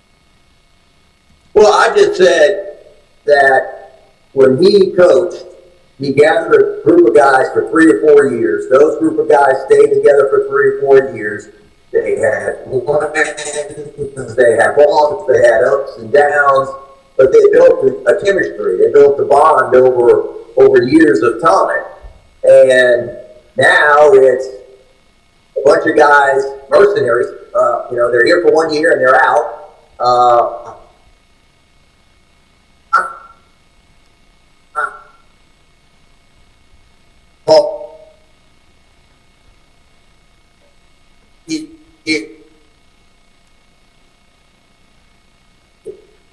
We're losing you a little bit, JD. You got us? I think we've lost these. It's just every time I was about to go up. I'm here. There you go. We got you. Can you hear us? Can you hear me? Yep. We got you back. Okay. I was just saying, in today's modern time of transfer portal and NIL, will players get together with their college coach and look at them as a father figure, as many people do with Skip Bertman, or those days, long gone? Yeah. No, I mean, it is a crazy. Oh, sure.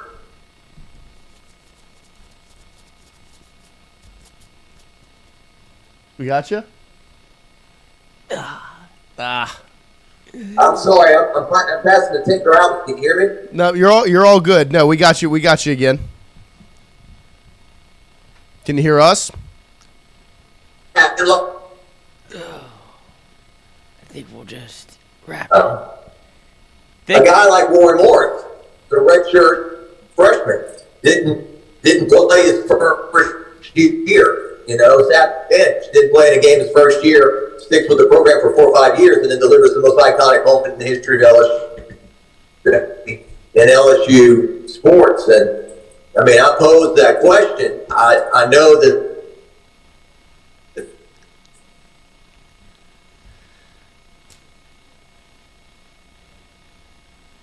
Okay.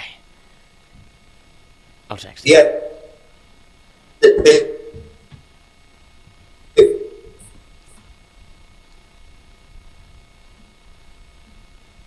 He met Billy Cannon before Billy Cannon passed, and Cannon told him in 1959 to visit one now. Well, JD, we appreciate you making some time for us. Of course, all the insight every Wednesday morning. We appreciate you coming on, and it is everyone's favorite segment of the week. So we'll talk to you again next week.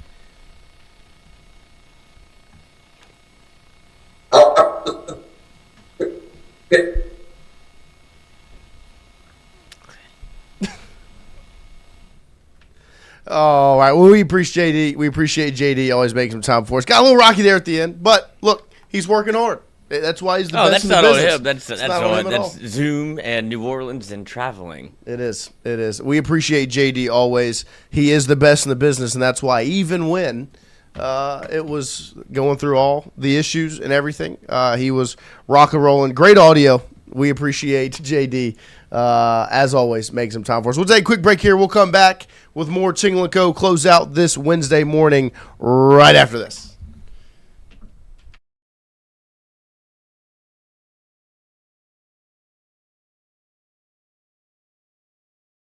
Wardo's was created in honor of Allen Ward Granting III, fondly known by family and friends as Wardo. In 2019, the oldest brother of the tribe passed away unexpectedly. His remaining siblings and loved ones wanted to honor his memory in a special way. In 2022, Ward's family decided to combine the need for a sandwich shop in downtown Natchez with a desire to pay tribute to Ward's love of good friends, good times, and great food. Through blood, sweat, tears, and countless hours of hard work, Wardo's was born.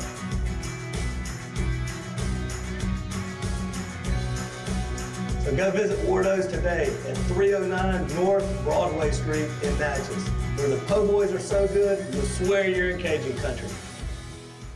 Hey, Miss Lou, come visit us, Tom and Wright Granting at GOMART on the Go Deli. GOMART has clean restrooms, community coffee, an awesome beer cave, and a great selection of anything you may need.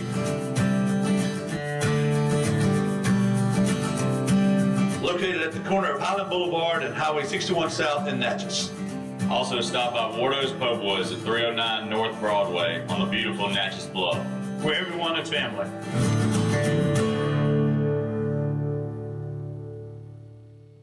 When it comes to your home, the roof over your head matters. At CAS Roofing, we don't just install shingles, we build peace of mind. With years of experience and a commitment to craftsmanship, our team shows up on time, gets the job done right, and treats every project like it's our own home. Whether it's repair, a replacement, or a storm damage that caught you off guard, CAS Roofing is ready. We're local, we're dependable, and we stand behind every nail, every shingle, and every promise we make. Because at the end of the day, it's not just about roofing, it's about protecting what matters most. CAS Roofing. Built on trust, backed by quality.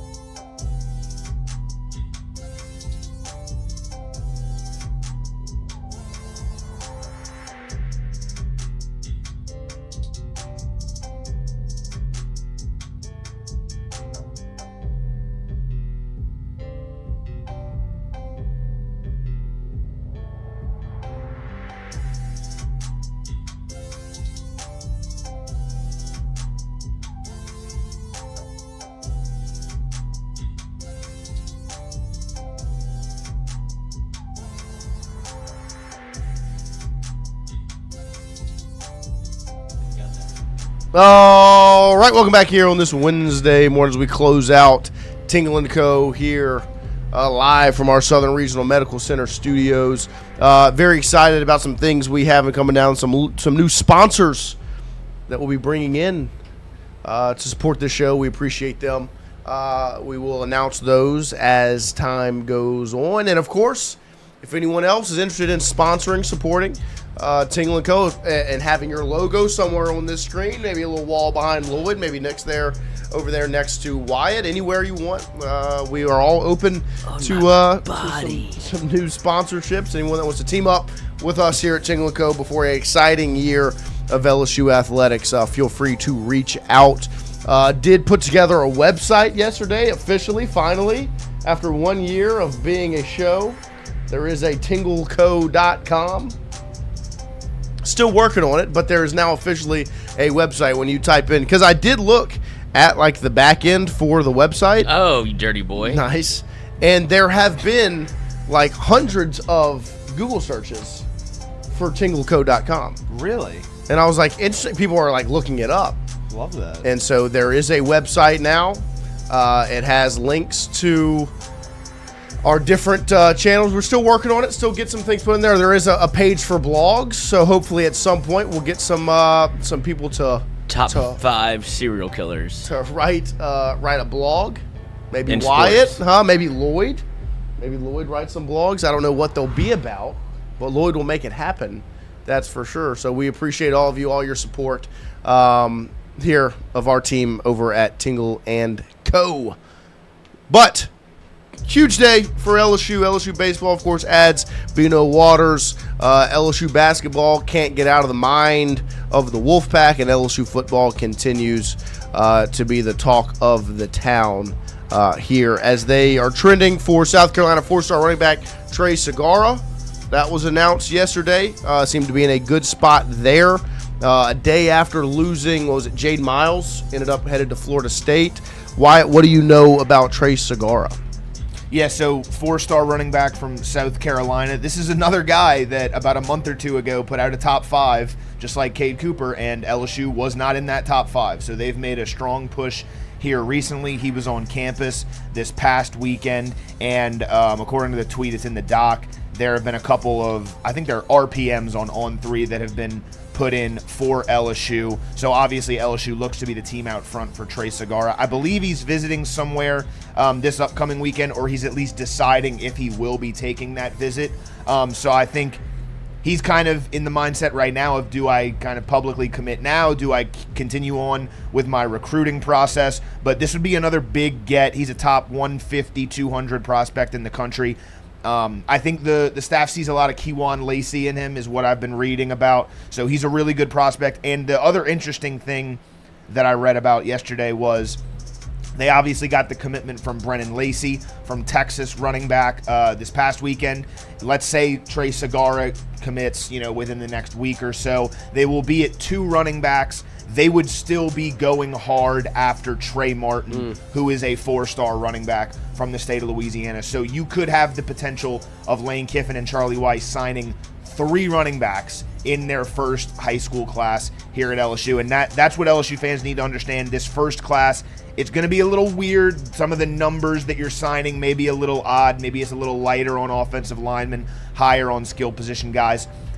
But Lane and Charlie Weiss and Billy Glasscock, they have numbers that they want to be at in terms of depth for every single position. And right now, obviously, the transfer portal is covering up a lot of those holes. So through high school recruiting, they're hoping to build up those numbers for next year. And that's why you saw them go a little bit younger, of course, in the transfer portal. Yeah. No, it's been cool to see the strategy they obviously used this past offseason, holding the class together from a high school recruiting standpoint.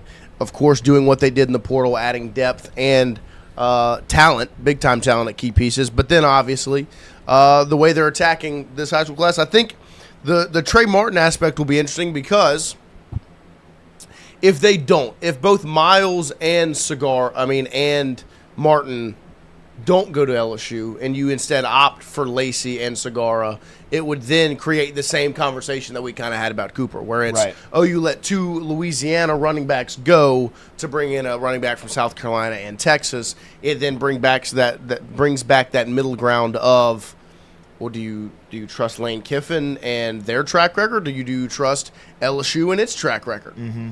Which I think will be very interesting to see. Just that dynamic and how it plays out. I think that Trey Segura is extremely talented. I also think Trey Martin is very, very talented. And I think that would bring more – we talk about football and optics. Trey Martin would definitely check the football and optics standpoint from the fan base, because it would be like, okay, they're not abandoning Louisiana athletes, right? Because that's the middle ground you get stuck in. You saw, I mean, for the first hour of yesterday's show, we battled with it ourselves live, going in circles and trying to make sense of just the middle ground between, do you trust the coaching staff and their approach, or do you trust the LSU approach?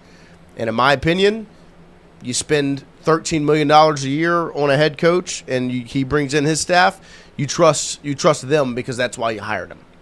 You hired him to do his deal that made him successful enough to get the LSU job. You trust Lane Kiffin. Well, my deal is, why did you want the LSU job? It's not one of the biggest pitches if you're LSU and LSU football is look at all the talent you have. You don't have to go very far. That's always been kind of the way to do it. Right. And that's why people want the LSU job, is like it kind of not only does it almost recruit itself, but because you have so many options for it to recruit itself that you kind of stay in Louisiana. And anybody that's ever bucked that trend has not fared well. And so for me, it's like, which one do you trust? Like, sure, there can be a middle ground, but I trust the one that I've seen work. No, it'll be interesting to see how it plays out. Because I understand why Lane Kiffin operates the way that he does. It's because of the places he's been. Right. Where he's had to do it differently at Ole Miss and at Coral, where FAU. FAU, always get it's always FIU or FAU. FAU, Ole Miss, like, he was at Tennessee when it was down. He was at USC, which is not the easiest place to recruit. It's certainly after the Pete Carroll era. And so it's just he hasn't really been able to use a brand for leverage to get players. And now he has a brand that he can leverage for players in the state that are very good players. Like Jacques Doucet did the same thing we did. It was like, I can't think of a wide receiver that wasn't from Louisiana that made a difference. So until you go back 20 years, like you could – that's kind of the point of coaching at LSU. Do you feel like it's too early? Yeah, for sure. To react in the... That's what I'm saying. I just know that this way works. Yeah. And so I figure if I'm into coaching and I get the opportunity to coach at LSU, that would be a massive reason as to why. Of course. And then you just see people that do it a different way because they've never had the luxury of this. Of course. Yeah. And so it's like, well, I'm going to do it my way. And okay. We'll see what happens. No, and I do think Lane will recruit the state of Louisiana extremely well. Well, because he did his first go round. Right, and I think he still has with this one. Like, I mean, there have been, like, the situation with the wide receivers of Whitley going there and Cooper coming here, and then with this running back situation, like, those will create that conversation. But I do still think he's done a very good job recruiting the state of Louisiana, bringing in top talent. I think the offensive side of the ball is where you'll see this happen more than anywhere else. Mm-hmm. I think defensively will be through and through Louisiana, especially the trenches, right? I think offensively is where you'll see the biggest mix because that's Lane Kiffin's specialty. That's his side of the ball. That's where he has his biggest imprint, and it's where they're looking for guys that fit the system. And so it'll be interesting to see just kind of how it plays out, and there is still so much time. Like, that's the thing. It's June 10th, and early signing day is in the first week of December. Mm-hmm. Or, sorry, National Signing Day. I know it's early signing day, but that is the signing day more often than not because majority of your class signs in December. And so that will be the time. There is still so much time between now and then of what this class will turn into, and I still think the bulk of it will be the state of Louisiana. Whether that is adding in an Easton Royal and Albert Simeon. Of course, there are still multiple LSU leans in the state of Louisiana right now that they will continue to add. So we'll, of course, keep an eye on that, but it's been a huge couple of recruiting weekends for LSU. We appreciate Zach Nagy, Glenn West, last couple of days talking to us about it, keeping you up to date. We'll make sure after another big weekend this weekend, we'll get them back in to get their thoughts on what goes down for LSU football in another packed recruiting weekend to finish the month of June. So a big day here on Tingle Coast. Some breaking news live this morning. Of course, if you missed it, Bino Waters commits to LSU baseball, the number 1 player in the portal. You see it right there, number 1, number 2, both LSU Tigers. I can't. No. There we go. Make it happen. Chucky Sunshine, how we doing? Pay up. Where's my chips? Oh my gosh, I forgot. That's my fault. That is my fault. The thing is, I actually don't know where to go. You didn't bring me a Godfather's pizza, and you still don't have a job. I still don't have a job. That's true. I'm still waiting on my custom made suit. Guy, we here. Okay. He's actually at the White House fitting Barron Trump for his UFC shirt. There you go, Wyatt. So I'm behind Barron Trump. Just get the same measurements. Yes. Yeah. What's he, 6'8"?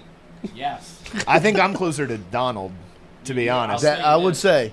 You're probably 6'8" wide. Yeah. 100%. Yeah. In circumference. Yeah, that was funny. You landed that plane. Fucking yes. We were wondering why you're so nice to him yesterday. He thought you were going to come in throwing some haymakers because it had been so long. I gotta give you a little rash. No, I respect. I missed it a little bit. I was excited. I was excied for you to come back. Looks like we're under investigation by NC State. Yeah, you want to come take a seat? Yeah. I got a few minutes. Seems like we're on everybody's mind. Did you It give blood seems today? like. There you go. They got cookies down there. What? Well, normally they give you some sort of snack when you give blood because No, you're it's kind of. from my doctor's office. Oh, I wasn't okay. giving blood. I didn't know if there was like a truck outside or something. Always looking for a cookie. Yeah, well, I'll go give blood. It was a bag of goldfish. Dude, you could go give plasma and get money. Yeah, but I don't want money. I just want food. Come. Yeah, Money you turns can donate into that food. too. Well, that's too much. I don't eliminate the middleman. Just give me the food. Instant gratification. Yeah, exactly. Live on. But I'm not good the on thing blood. is, there's cookies probably 50 feet away. No doubt. He wanted them. But I So appreciate you wanted to NC give some State's away. investigating LSU. It sounds like it.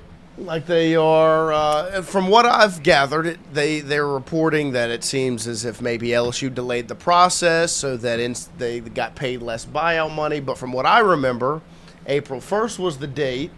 The move was made before April 1st, so then that gets rid of that argument. And Boo, whoever the athletic Boo, whoever, Boo Corrigan, he I think negotiated the it buyout down from 5 to 4. Yeah, so saved $1 million. So what I'm truly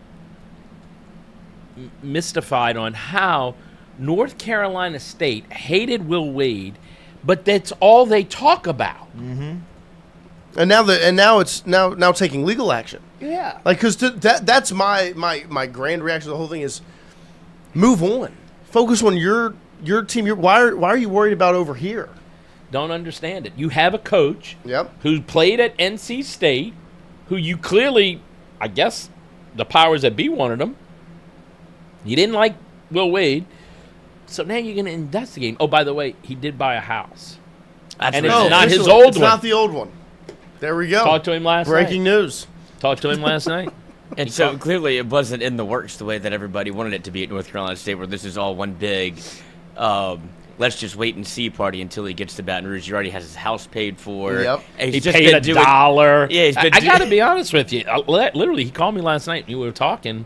And I'm like, hey, man, congratulations. I heard you bought a house. Yeah. He goes, it's going to be a process. We're going to have to redo it and everything. I said, well, you didn't buy your old house? And he started killing himself laughing again. He's like, would you get off of that? I go, I'm just trying to stir the pot a little bit, you know? And he's like, no, I wouldn't buy it. I got more money now. And I don't want to give $1 million back to North Carolina State because that's the funniest thing. But in this whole deal is this isn't even North Carolina State, the athletic institution. It's the state. Like, this isn't an NCAA thing where it feels like NC State wants to go and try to rattle some cages over at LSU. It's literally a state law that they said that they could get $1 million back. Whatever your athletic director, Boo, who was also on the College Football Playoff Committee and was the voice of it for when North Carolina State, I guess, was a good pick because they had nothing to do with it. Correct. But he always looked like he was falling asleep And on never camera. will. Right.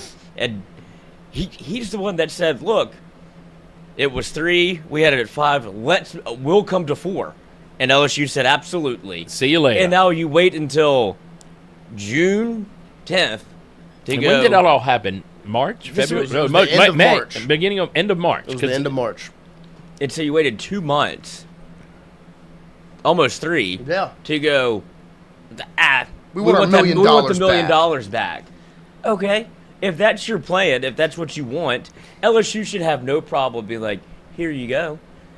And it's over. But my thing is, if we're paying you this $1 million, you think that you deserve, and you clearly don't, because we've already come to an agreement on this. Can't go back. But that's what I would say. We're not talking about this anymore. This is the last thing we're doing in terms of LSU, North Carolina State, and Will Wade until we play. It'd be really easy if I'm LSU, being the business person I am.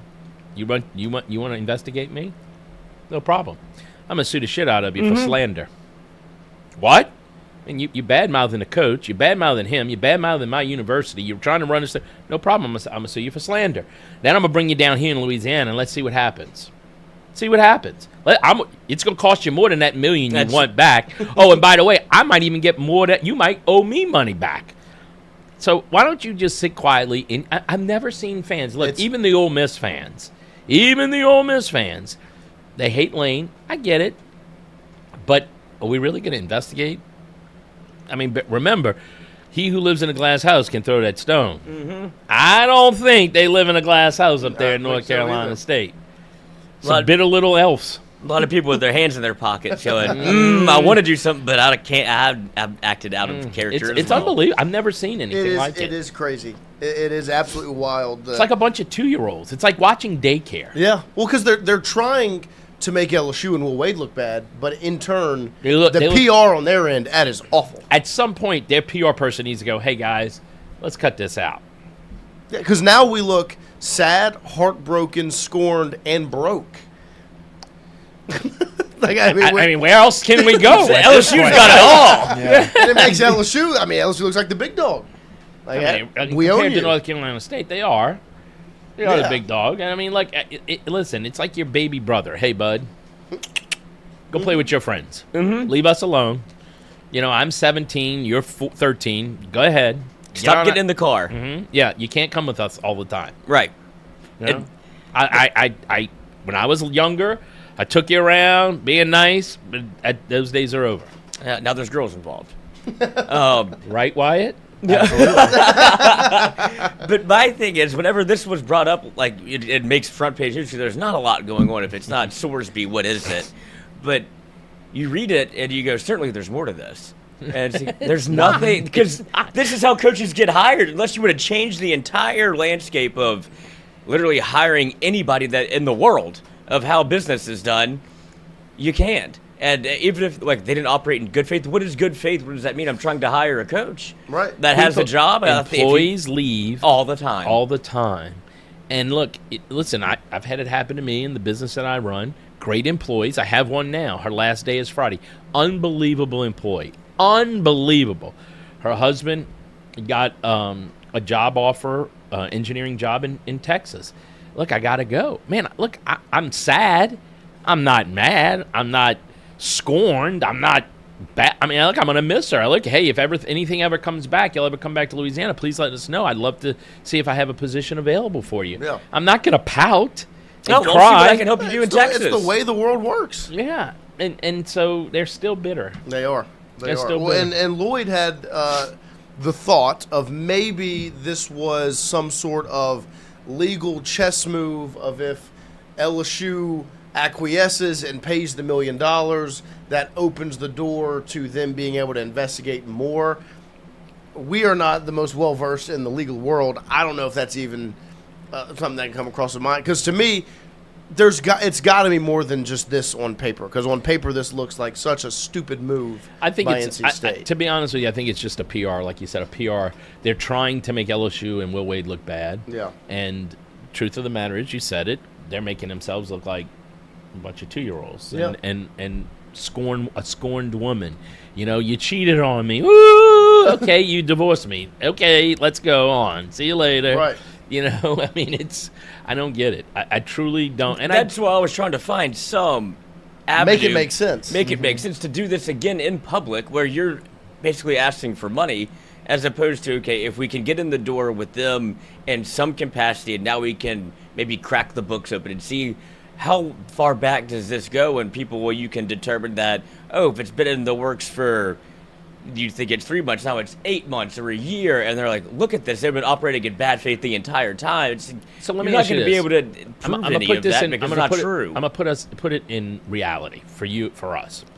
You know, we're gonna call you an engineer, studio engineer. Okay? Oh, I like that. Okay, so let's just say WAFB calls you and says, hey man, we want you to come work for us.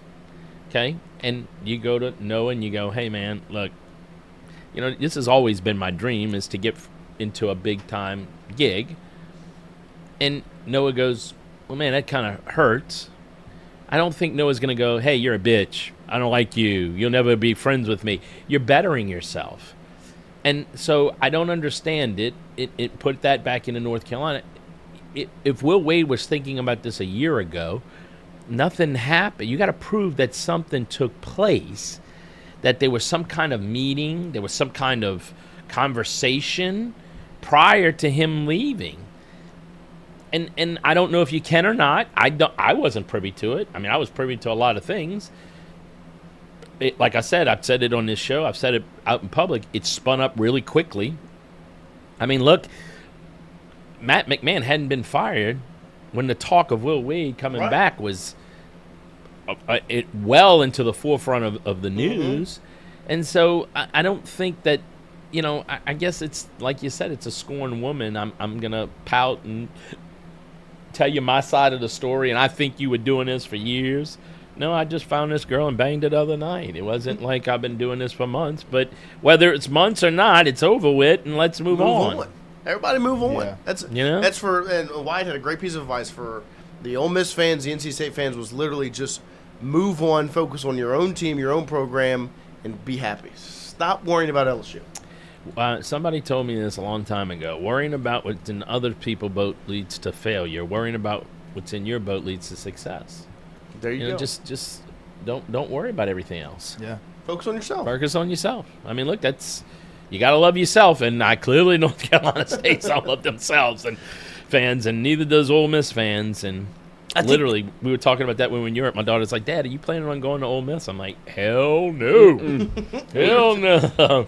I don't want to be in the mix of all of that. We were talking about it this morning. We were watching some of the clips of the after the Knicks lost the other night to the Spurs, some of the video of Spurs fans walking through New York and just getting jumped, like just straight up jumped. And the first thing that popped into my mind was September 19th. If LSU wins, it's going to be the Ole Miss need fans security. You really would need security. Yeah. If I win, I would literally have to bring security with me, and it wouldn't be you, Wyatt. Why not? I'd agree. Because I would be, people would be harassing me, and I go, wait, let me get my security, and he'd be over there with 2 dogs and a beer, and going, hold on a second, boss, I gotta eat this. Maybe you should take my advice. Come eat dogs and beer. You can't beat up a guy who's eating hot dogs and drinking beer. Oh, you can? No, you can't. Sure, you can. That guy's a non-threat. Leave him alone. He's just trying to enjoy a dog at the game. Yeah, you're not going to beat that guy up. I'm trying to help you. All right, never mind. But the thing that not going to win that argument. But that was my whole point with the Ole Miss NC State thing, is like they're focusing on LSU more than they're focusing on themselves. Instead, because both programs are not in horrible spots. They're not like, I know we joke about it on Twitter, they're not poverty programs. Like, Ole Miss is a reputable, decent football program. NC State, the same goes for them. Like, you have an opportunity to do what's best for you and move on and continue to be a solid program. But what they've done is focus all of their efforts on making LSU and their former coaches look as bad as possible and make it as hard as they possibly can on them. When if you would just focus on yourself, you can turn this thing around pretty quickly. I agree. I got to go to a meeting. Good seeing you guys. We appreciate you stopping in. Always fun. I'm waiting for my jalapenos. Okay. Well, no, we had the jalapenos. It's cheddar and sour cream. Get them both. Yeah.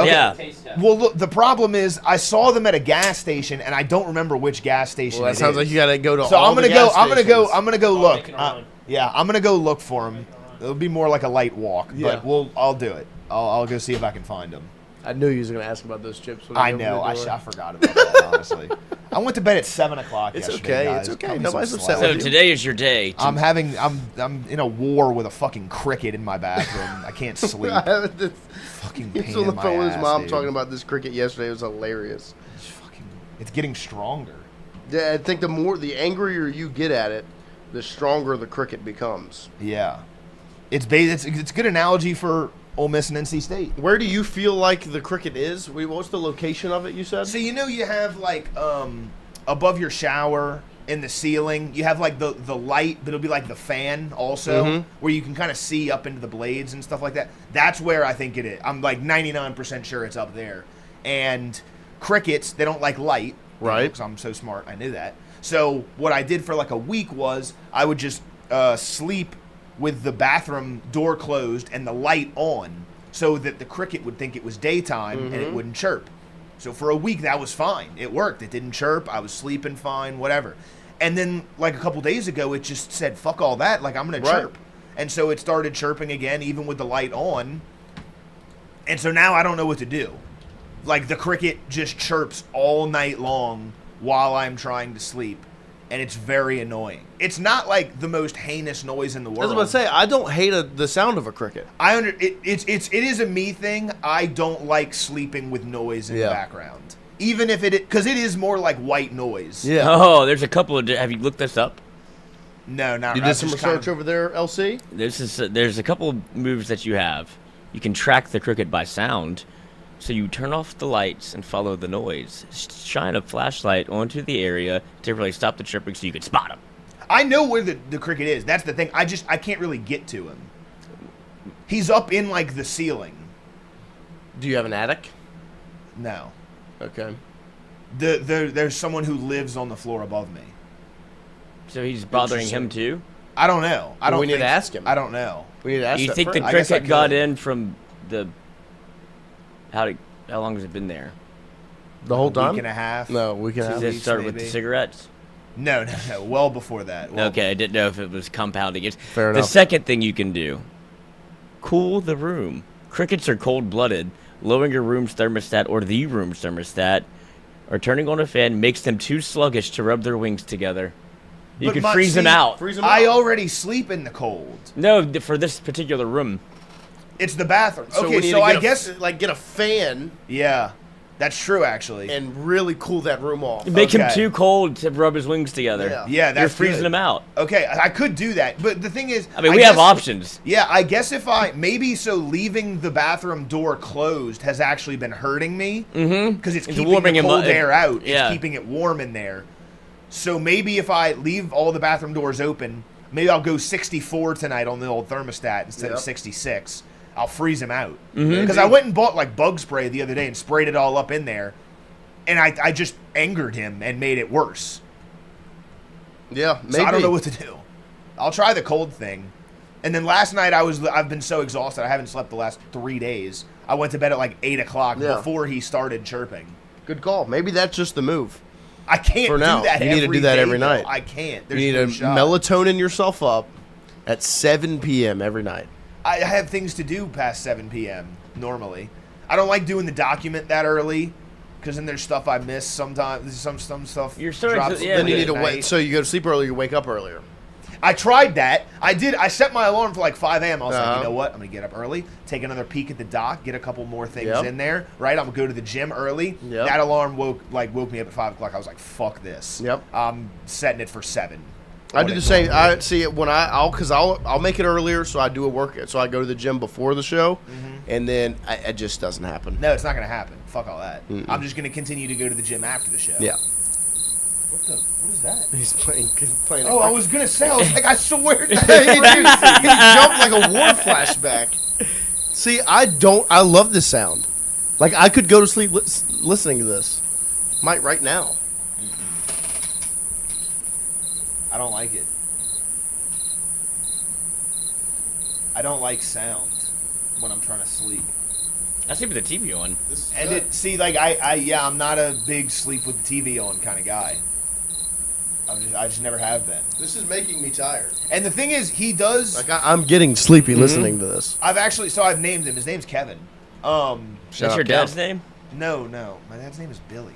What? But Kevin, he'll go like he will stop for like a second, and then I get like a little bit of relief, like a sigh of relief in my head, like, oh, it's over, and then I'll start again after like 30 seconds. That's like the worst. I think it would be better if he just didn't stop chirping.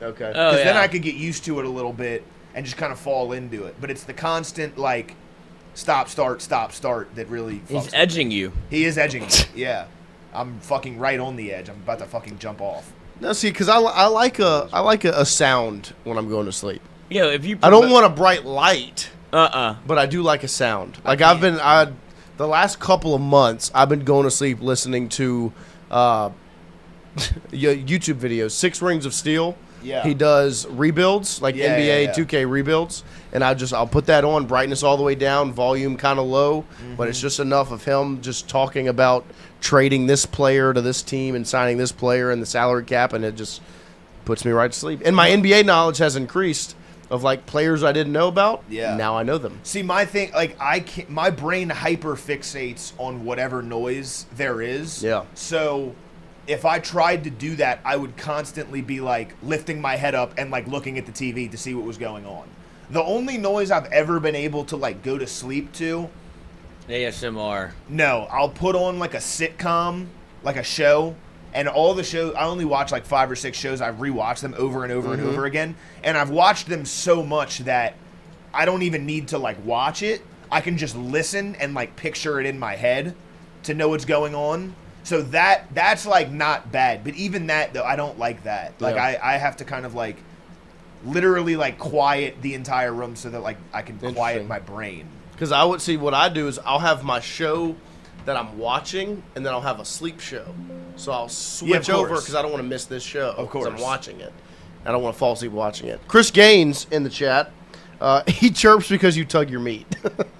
No, I'm clean. That's just a funny. Do you know Chris Gaines? I don't think so. Nice. That's the guy who lives above me. Maybe that's him. Yeah, he knows. Fucking Chris Gaines. Or maybe that's the cricket's actual name. It might be. It's Chris, and No, Chris it's is letting you know Kevin. why No, it's definitely he's Kevin. chirping. Oh, little bitch, Kevin. Fawn says you're autistic. Yeah.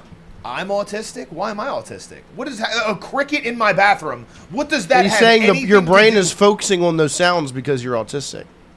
Oh, okay. Well, yeah, that might be it. Yeah. Because I don't know. I don't like it.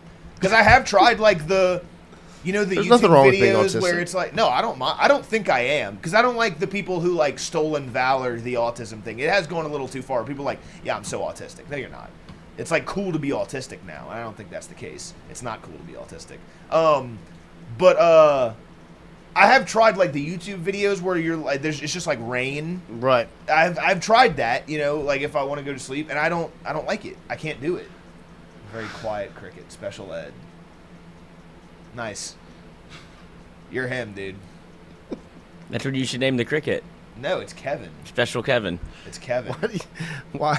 How do you find these things? The internet. It knows no bounds. No, neither do you. That's why it's a scary marriage, you and that computer. Computer? We appreciate all of you hanging out with us here on this Wednesday morning. They say crickets are autistic. Yeah. Oh, so he's drawn to me. Yes, you're gonna start hoarding crickets. Yeah. Well, it's full blown war at this point. Like he's using guerrilla tactics on me. Yeah. He's fucking me. Well, that's up, the dude. thing. Like He's winning. Sabrion says it. Why? It ain't nothing wrong with being a little slow. We all got a bit of the tism. It is true. It's a spectrum. We all have it. No, it's stolen valor. No, there is a spectrum.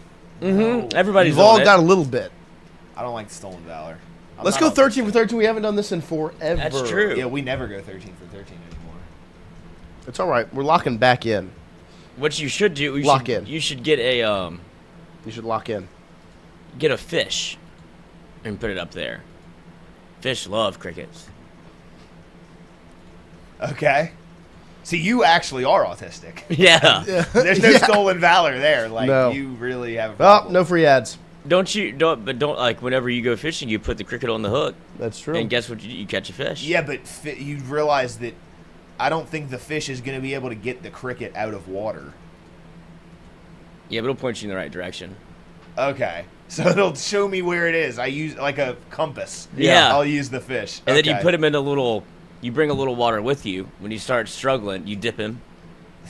Let him wiggle. Like a chicken tender. You just dunk him in. Yeah, give him a little air.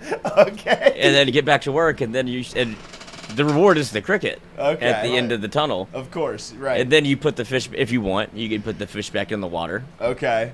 And now All right, what else can I do with the fish? You could cook it. Oh, I'm going to cook the fish that I'm putting in my ceiling. Bite the hands that fed you. I'm cooking ceiling fish. Yeah. Great. Okay. Yeah, or you can I'll let him try back that. into the wild with a full belly. I'll look into that. I've got to go get fucking cheddar and sour cream chips and a fucking fish. What kind of after the fish? show today. I don't know. What's the ones that fight? A Chinese fighting fish? I love those. My dad loves those. Yeah, we used to get. I have ever told you this story. You might have Probably heard not. it. So, Good Friday, we always did a crawfish boil. Okay. And this was long ago. But I think I was probably 7 or 8. Sean would be much older, at 10 or 11, and much more sentient, you would think. But slow guy, slow brain, smooth brain. We had smooth brain. We did have Chinese fighting fish, and at one point we did put them in the same tank together, and they would squabble a little bit. Never dead. Sean had the bright idea, and literally didn't think anything bad would happen. Didn't tell anybody either. But he took a crawfish that he saved it, he said, from the boil, and put it in the fish tank. What do you think that crawfish did in 15 seconds? Killed both the fish. And so we go and look we're like, oh, let's go. I was like, I haven't seen the fish today. Whatever, I'm a child. And both of them cut in half. And I was like, what the fuck happened in here? And there's just a crawfish on the bottom of the tank. He didn't even eat the fish. He just killed them. For sport. Yeah. That's crazy. Of course, I'm like, what the hell? Right. And so Dad's like, what's going on? I was like, who put this in there? And she was like, I didn't think it would do that. I was like, what'd you think it would do? He's like, I don't know. Well, this is what happened, and now we're down 2 fish, and nobody wants to take care of a crawfish. And that's what I grew up with. That's hilarious. God. That is funny. Cut the 2 fish in half. Yeah, straight up. And the thing is, murdered them in cold blood. I wanted obviously one of the fish were going to die at some point. Right. That's the point of having both of these fish. Yes. I would like for mine to have been the more dominant fish. Of course. Like I wanted but my then fish. But then it's like winner stays on. Right. Like, That was the plan. And it's a 1v1 always. But now you're fucked. Like both of them die. You put Barry Bonds in the game. Like nobody's gonna win now. It's not fun. It's a crawfish. Ruin the game. He has That's weapons. Funny. Oh yes. Yeah, Yes. literally. The beard. It's not Jason. Loser. Kirby Puckett. I was happy that you were excited about my asking about Chiron Carey yesterday. I was. I hit a fucking gold mine. Ooh, that was great. I locked in. I got it. Huffy. That's a bite. Uh-huh. Schwinn. Mongoose. I had a mongoose. I have a Woo, Raleigh, Kirby, a Rosarina. What was the other bike? Oh, what was the other bike? Rally? Kingpin? I don't know. Blueprint. Go. What was yours? Woo, Raleigh, a Rosarina, Kirby. Those are all Mariners. Where is Anderson? Kirby. Mm-hmm. One day. Design, blueprint, scheme. Oh, wow, they really gave you that Devise. one. What about draw up? It could be draw up also.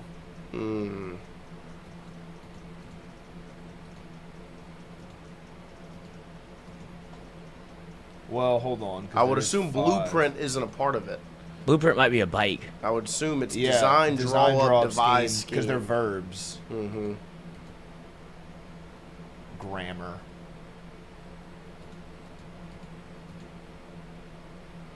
Or what are these other ones? What is that? The second one next to starter say? DuckTales. Darkwing Duck. Oh, Isn't it starter, Ducktail? DuckTales, Kingpin, and Blueprint. So not Giant, Blueprint. What is that? They're hockey teams at the beginning. Oh, stupid. Blues, Ducks, Kings, Stars. Yeah, wow. It was Giant. There we go. Good job, guys. Yeah, thank you for your Chiron Carey information. Yeah, what was it for? You're just curious? I was just curious. You're one of the experts I know on LSU football, and Chiron Carey was a little bit before my time. And I don't know, I think maybe I might have been talking about it with my dad, and my dad brought his name up, or I saw something on Twitter about him.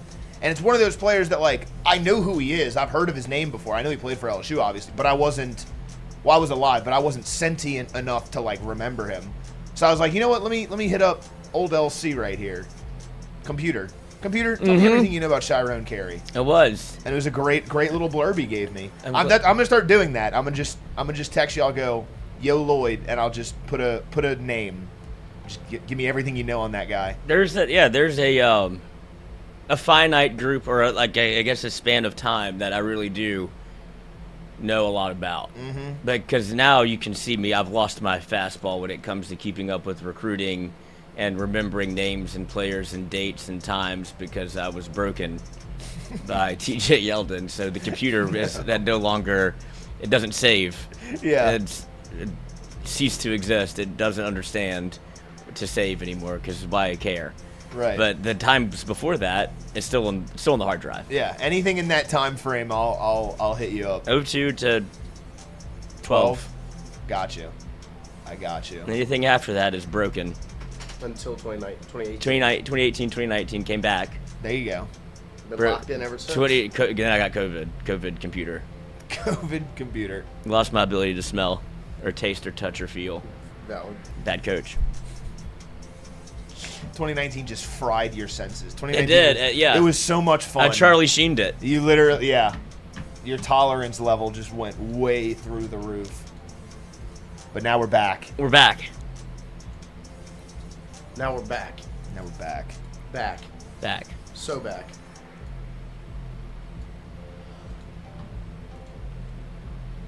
Oh. Denzel Washington and is that Regina King? I know who that is. See, I don't. What is she in? A lot of things.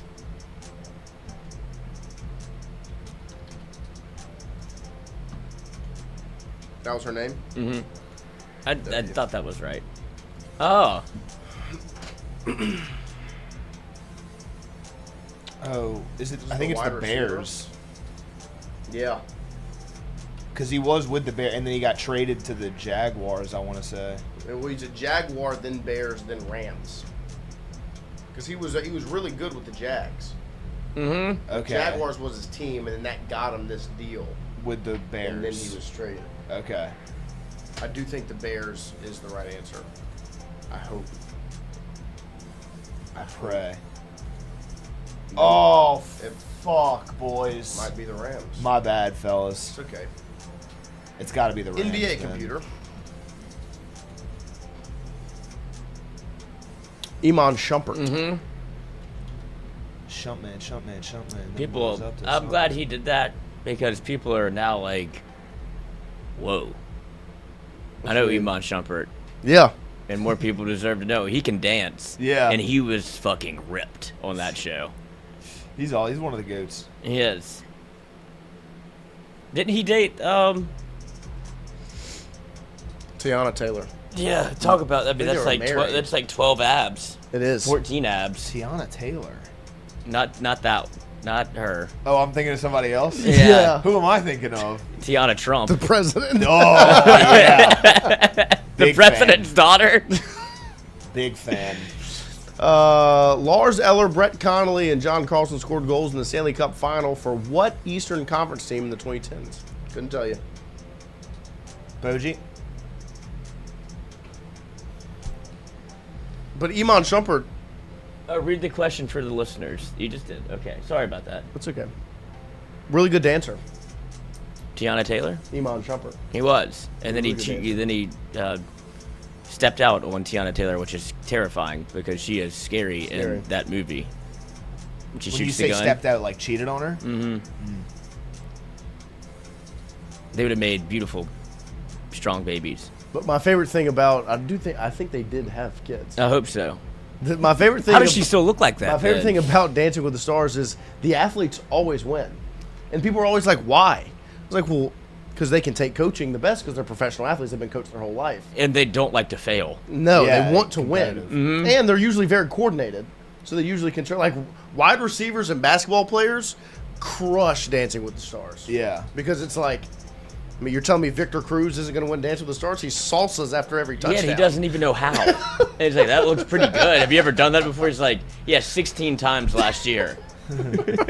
Oh, Victor Cruz was the fucking GOAT, man. He was number 3 before you could I do know. that. Who's number 3? That number 3 guy's really good. Dude, that clip is awesome. Ryan. That's a great Who is clip. number 3? Yeah. He is roasting us. Victor Cruz is cooking. And then they get to the point where they get frustrated. Can somebody stop him? Yeah. It's like, no. He clearly is going to be on the team. Can't stop him. Shout out Rex Ryan. Good coach. Let's just skip this and we'll come back to it. Washington, I think. We'll try it. Send it. W. There you go, Glim. Boy, Glimmer. Rochester, Blaine, Maple Grove, Grove, and Edina are top 20 population cities from this U.S. Oh. state. Rochester is this is New York. Yeah, Rochester is in New York, but I would assume maybe But I there's don't know the another other ones. That's, maybe there's another I would Rochester. assume there's more than one Rochester. I'm pretty sure this is Michigan. Edina is the cake eaters. This is where Donnie Send it. Barstool. I believe in you. Go for it. P-Dub. Dwight Howard was embarrassing on Dancing with the Stars. Well, he's...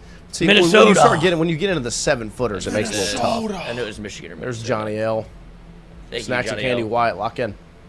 Cheddar cheese flavor. This bagged stuffed Snacks brand flavors like pepperoni pizza and buffalo cheese. Oh, they're the gas station ones. What are they? Combos. Combos. It is combos. It's the red and white bag. Yep. Well, sometimes red, white, and green bag for the pizza it's ones. true. Like I see those all the time, and I go, "Who would get that?" And some people do. Some apparently people do. I used to get them when I was a kid. After a long run on Grey's Anatomy, this actor starred alongside Jodie Comer on the BBC America spy thriller Killing Eve from 2018 and 2022. I've never seen This is the Killing Eve. Asian. Oh, so her name would be Sandra Oh. Oh. There you go. Look at us working, a little teamwork right there. Ham I and knew egg. the names of the actresses. Oh. I've never seen that show. I've seen clips from this movie. It's the one where Rival it's Magicians? a twin. They're twins. Hugh at the Jackman end. And Christian Bale. played rival magicians in this 2006 film directed by Christopher Nolan. I do know this. I've never seen this. I've seen I didn't know clips this was a on movie. Instagram where he kills the bird. Mm-hmm. And then the kid's like, no, it's his brother or something like that. Oh. Because it gives away the entire plot. Like, I think Hugh Jackman, his like trick is The that Prestige. they're twin brothers. Is that what it is? That's The what it is Prestige? called. Yeah. It's good. I don't know if people have seen it. I don't want to I've never spoil seen it. Well, I just kind of did. You did, actually. Sorry, guys. I never meant to start a war. You know I never want to hurt you. To start a war. Charlie bit my finger. Battlefield. In love, always feel like a battlefield. Is it Love is a Battlefield or Battlefield? I think it's just Battlefield. Just Battlefield. like a battlefield. Go back to the NFL. Please tell me I got that right. We'll never know. I'm losing my fucking fastball. Bang. We think it is. The Rams, I guess? I'm trying to think. Well, we have Johnny L. We need to I'm double very this. surprised that it is not the Bears. I do think the Bears were his last team, so this might be the Rams. I'm only remembering Jags, Rams, and Bears. It is the Rams. Okay, so it was Rams then Bears. Oh my. All right, we appreciate everybody hanging out with us here on this Wednesday morning. We'll be back tomorrow morning, live. Bino Waters live 8-ish tonight, to 6 10-ish. o'clock. Actually, Maybe. It'd be a great Dancing with the Stars name. would be. Bino Waters. We'll see you guys tomorrow morning.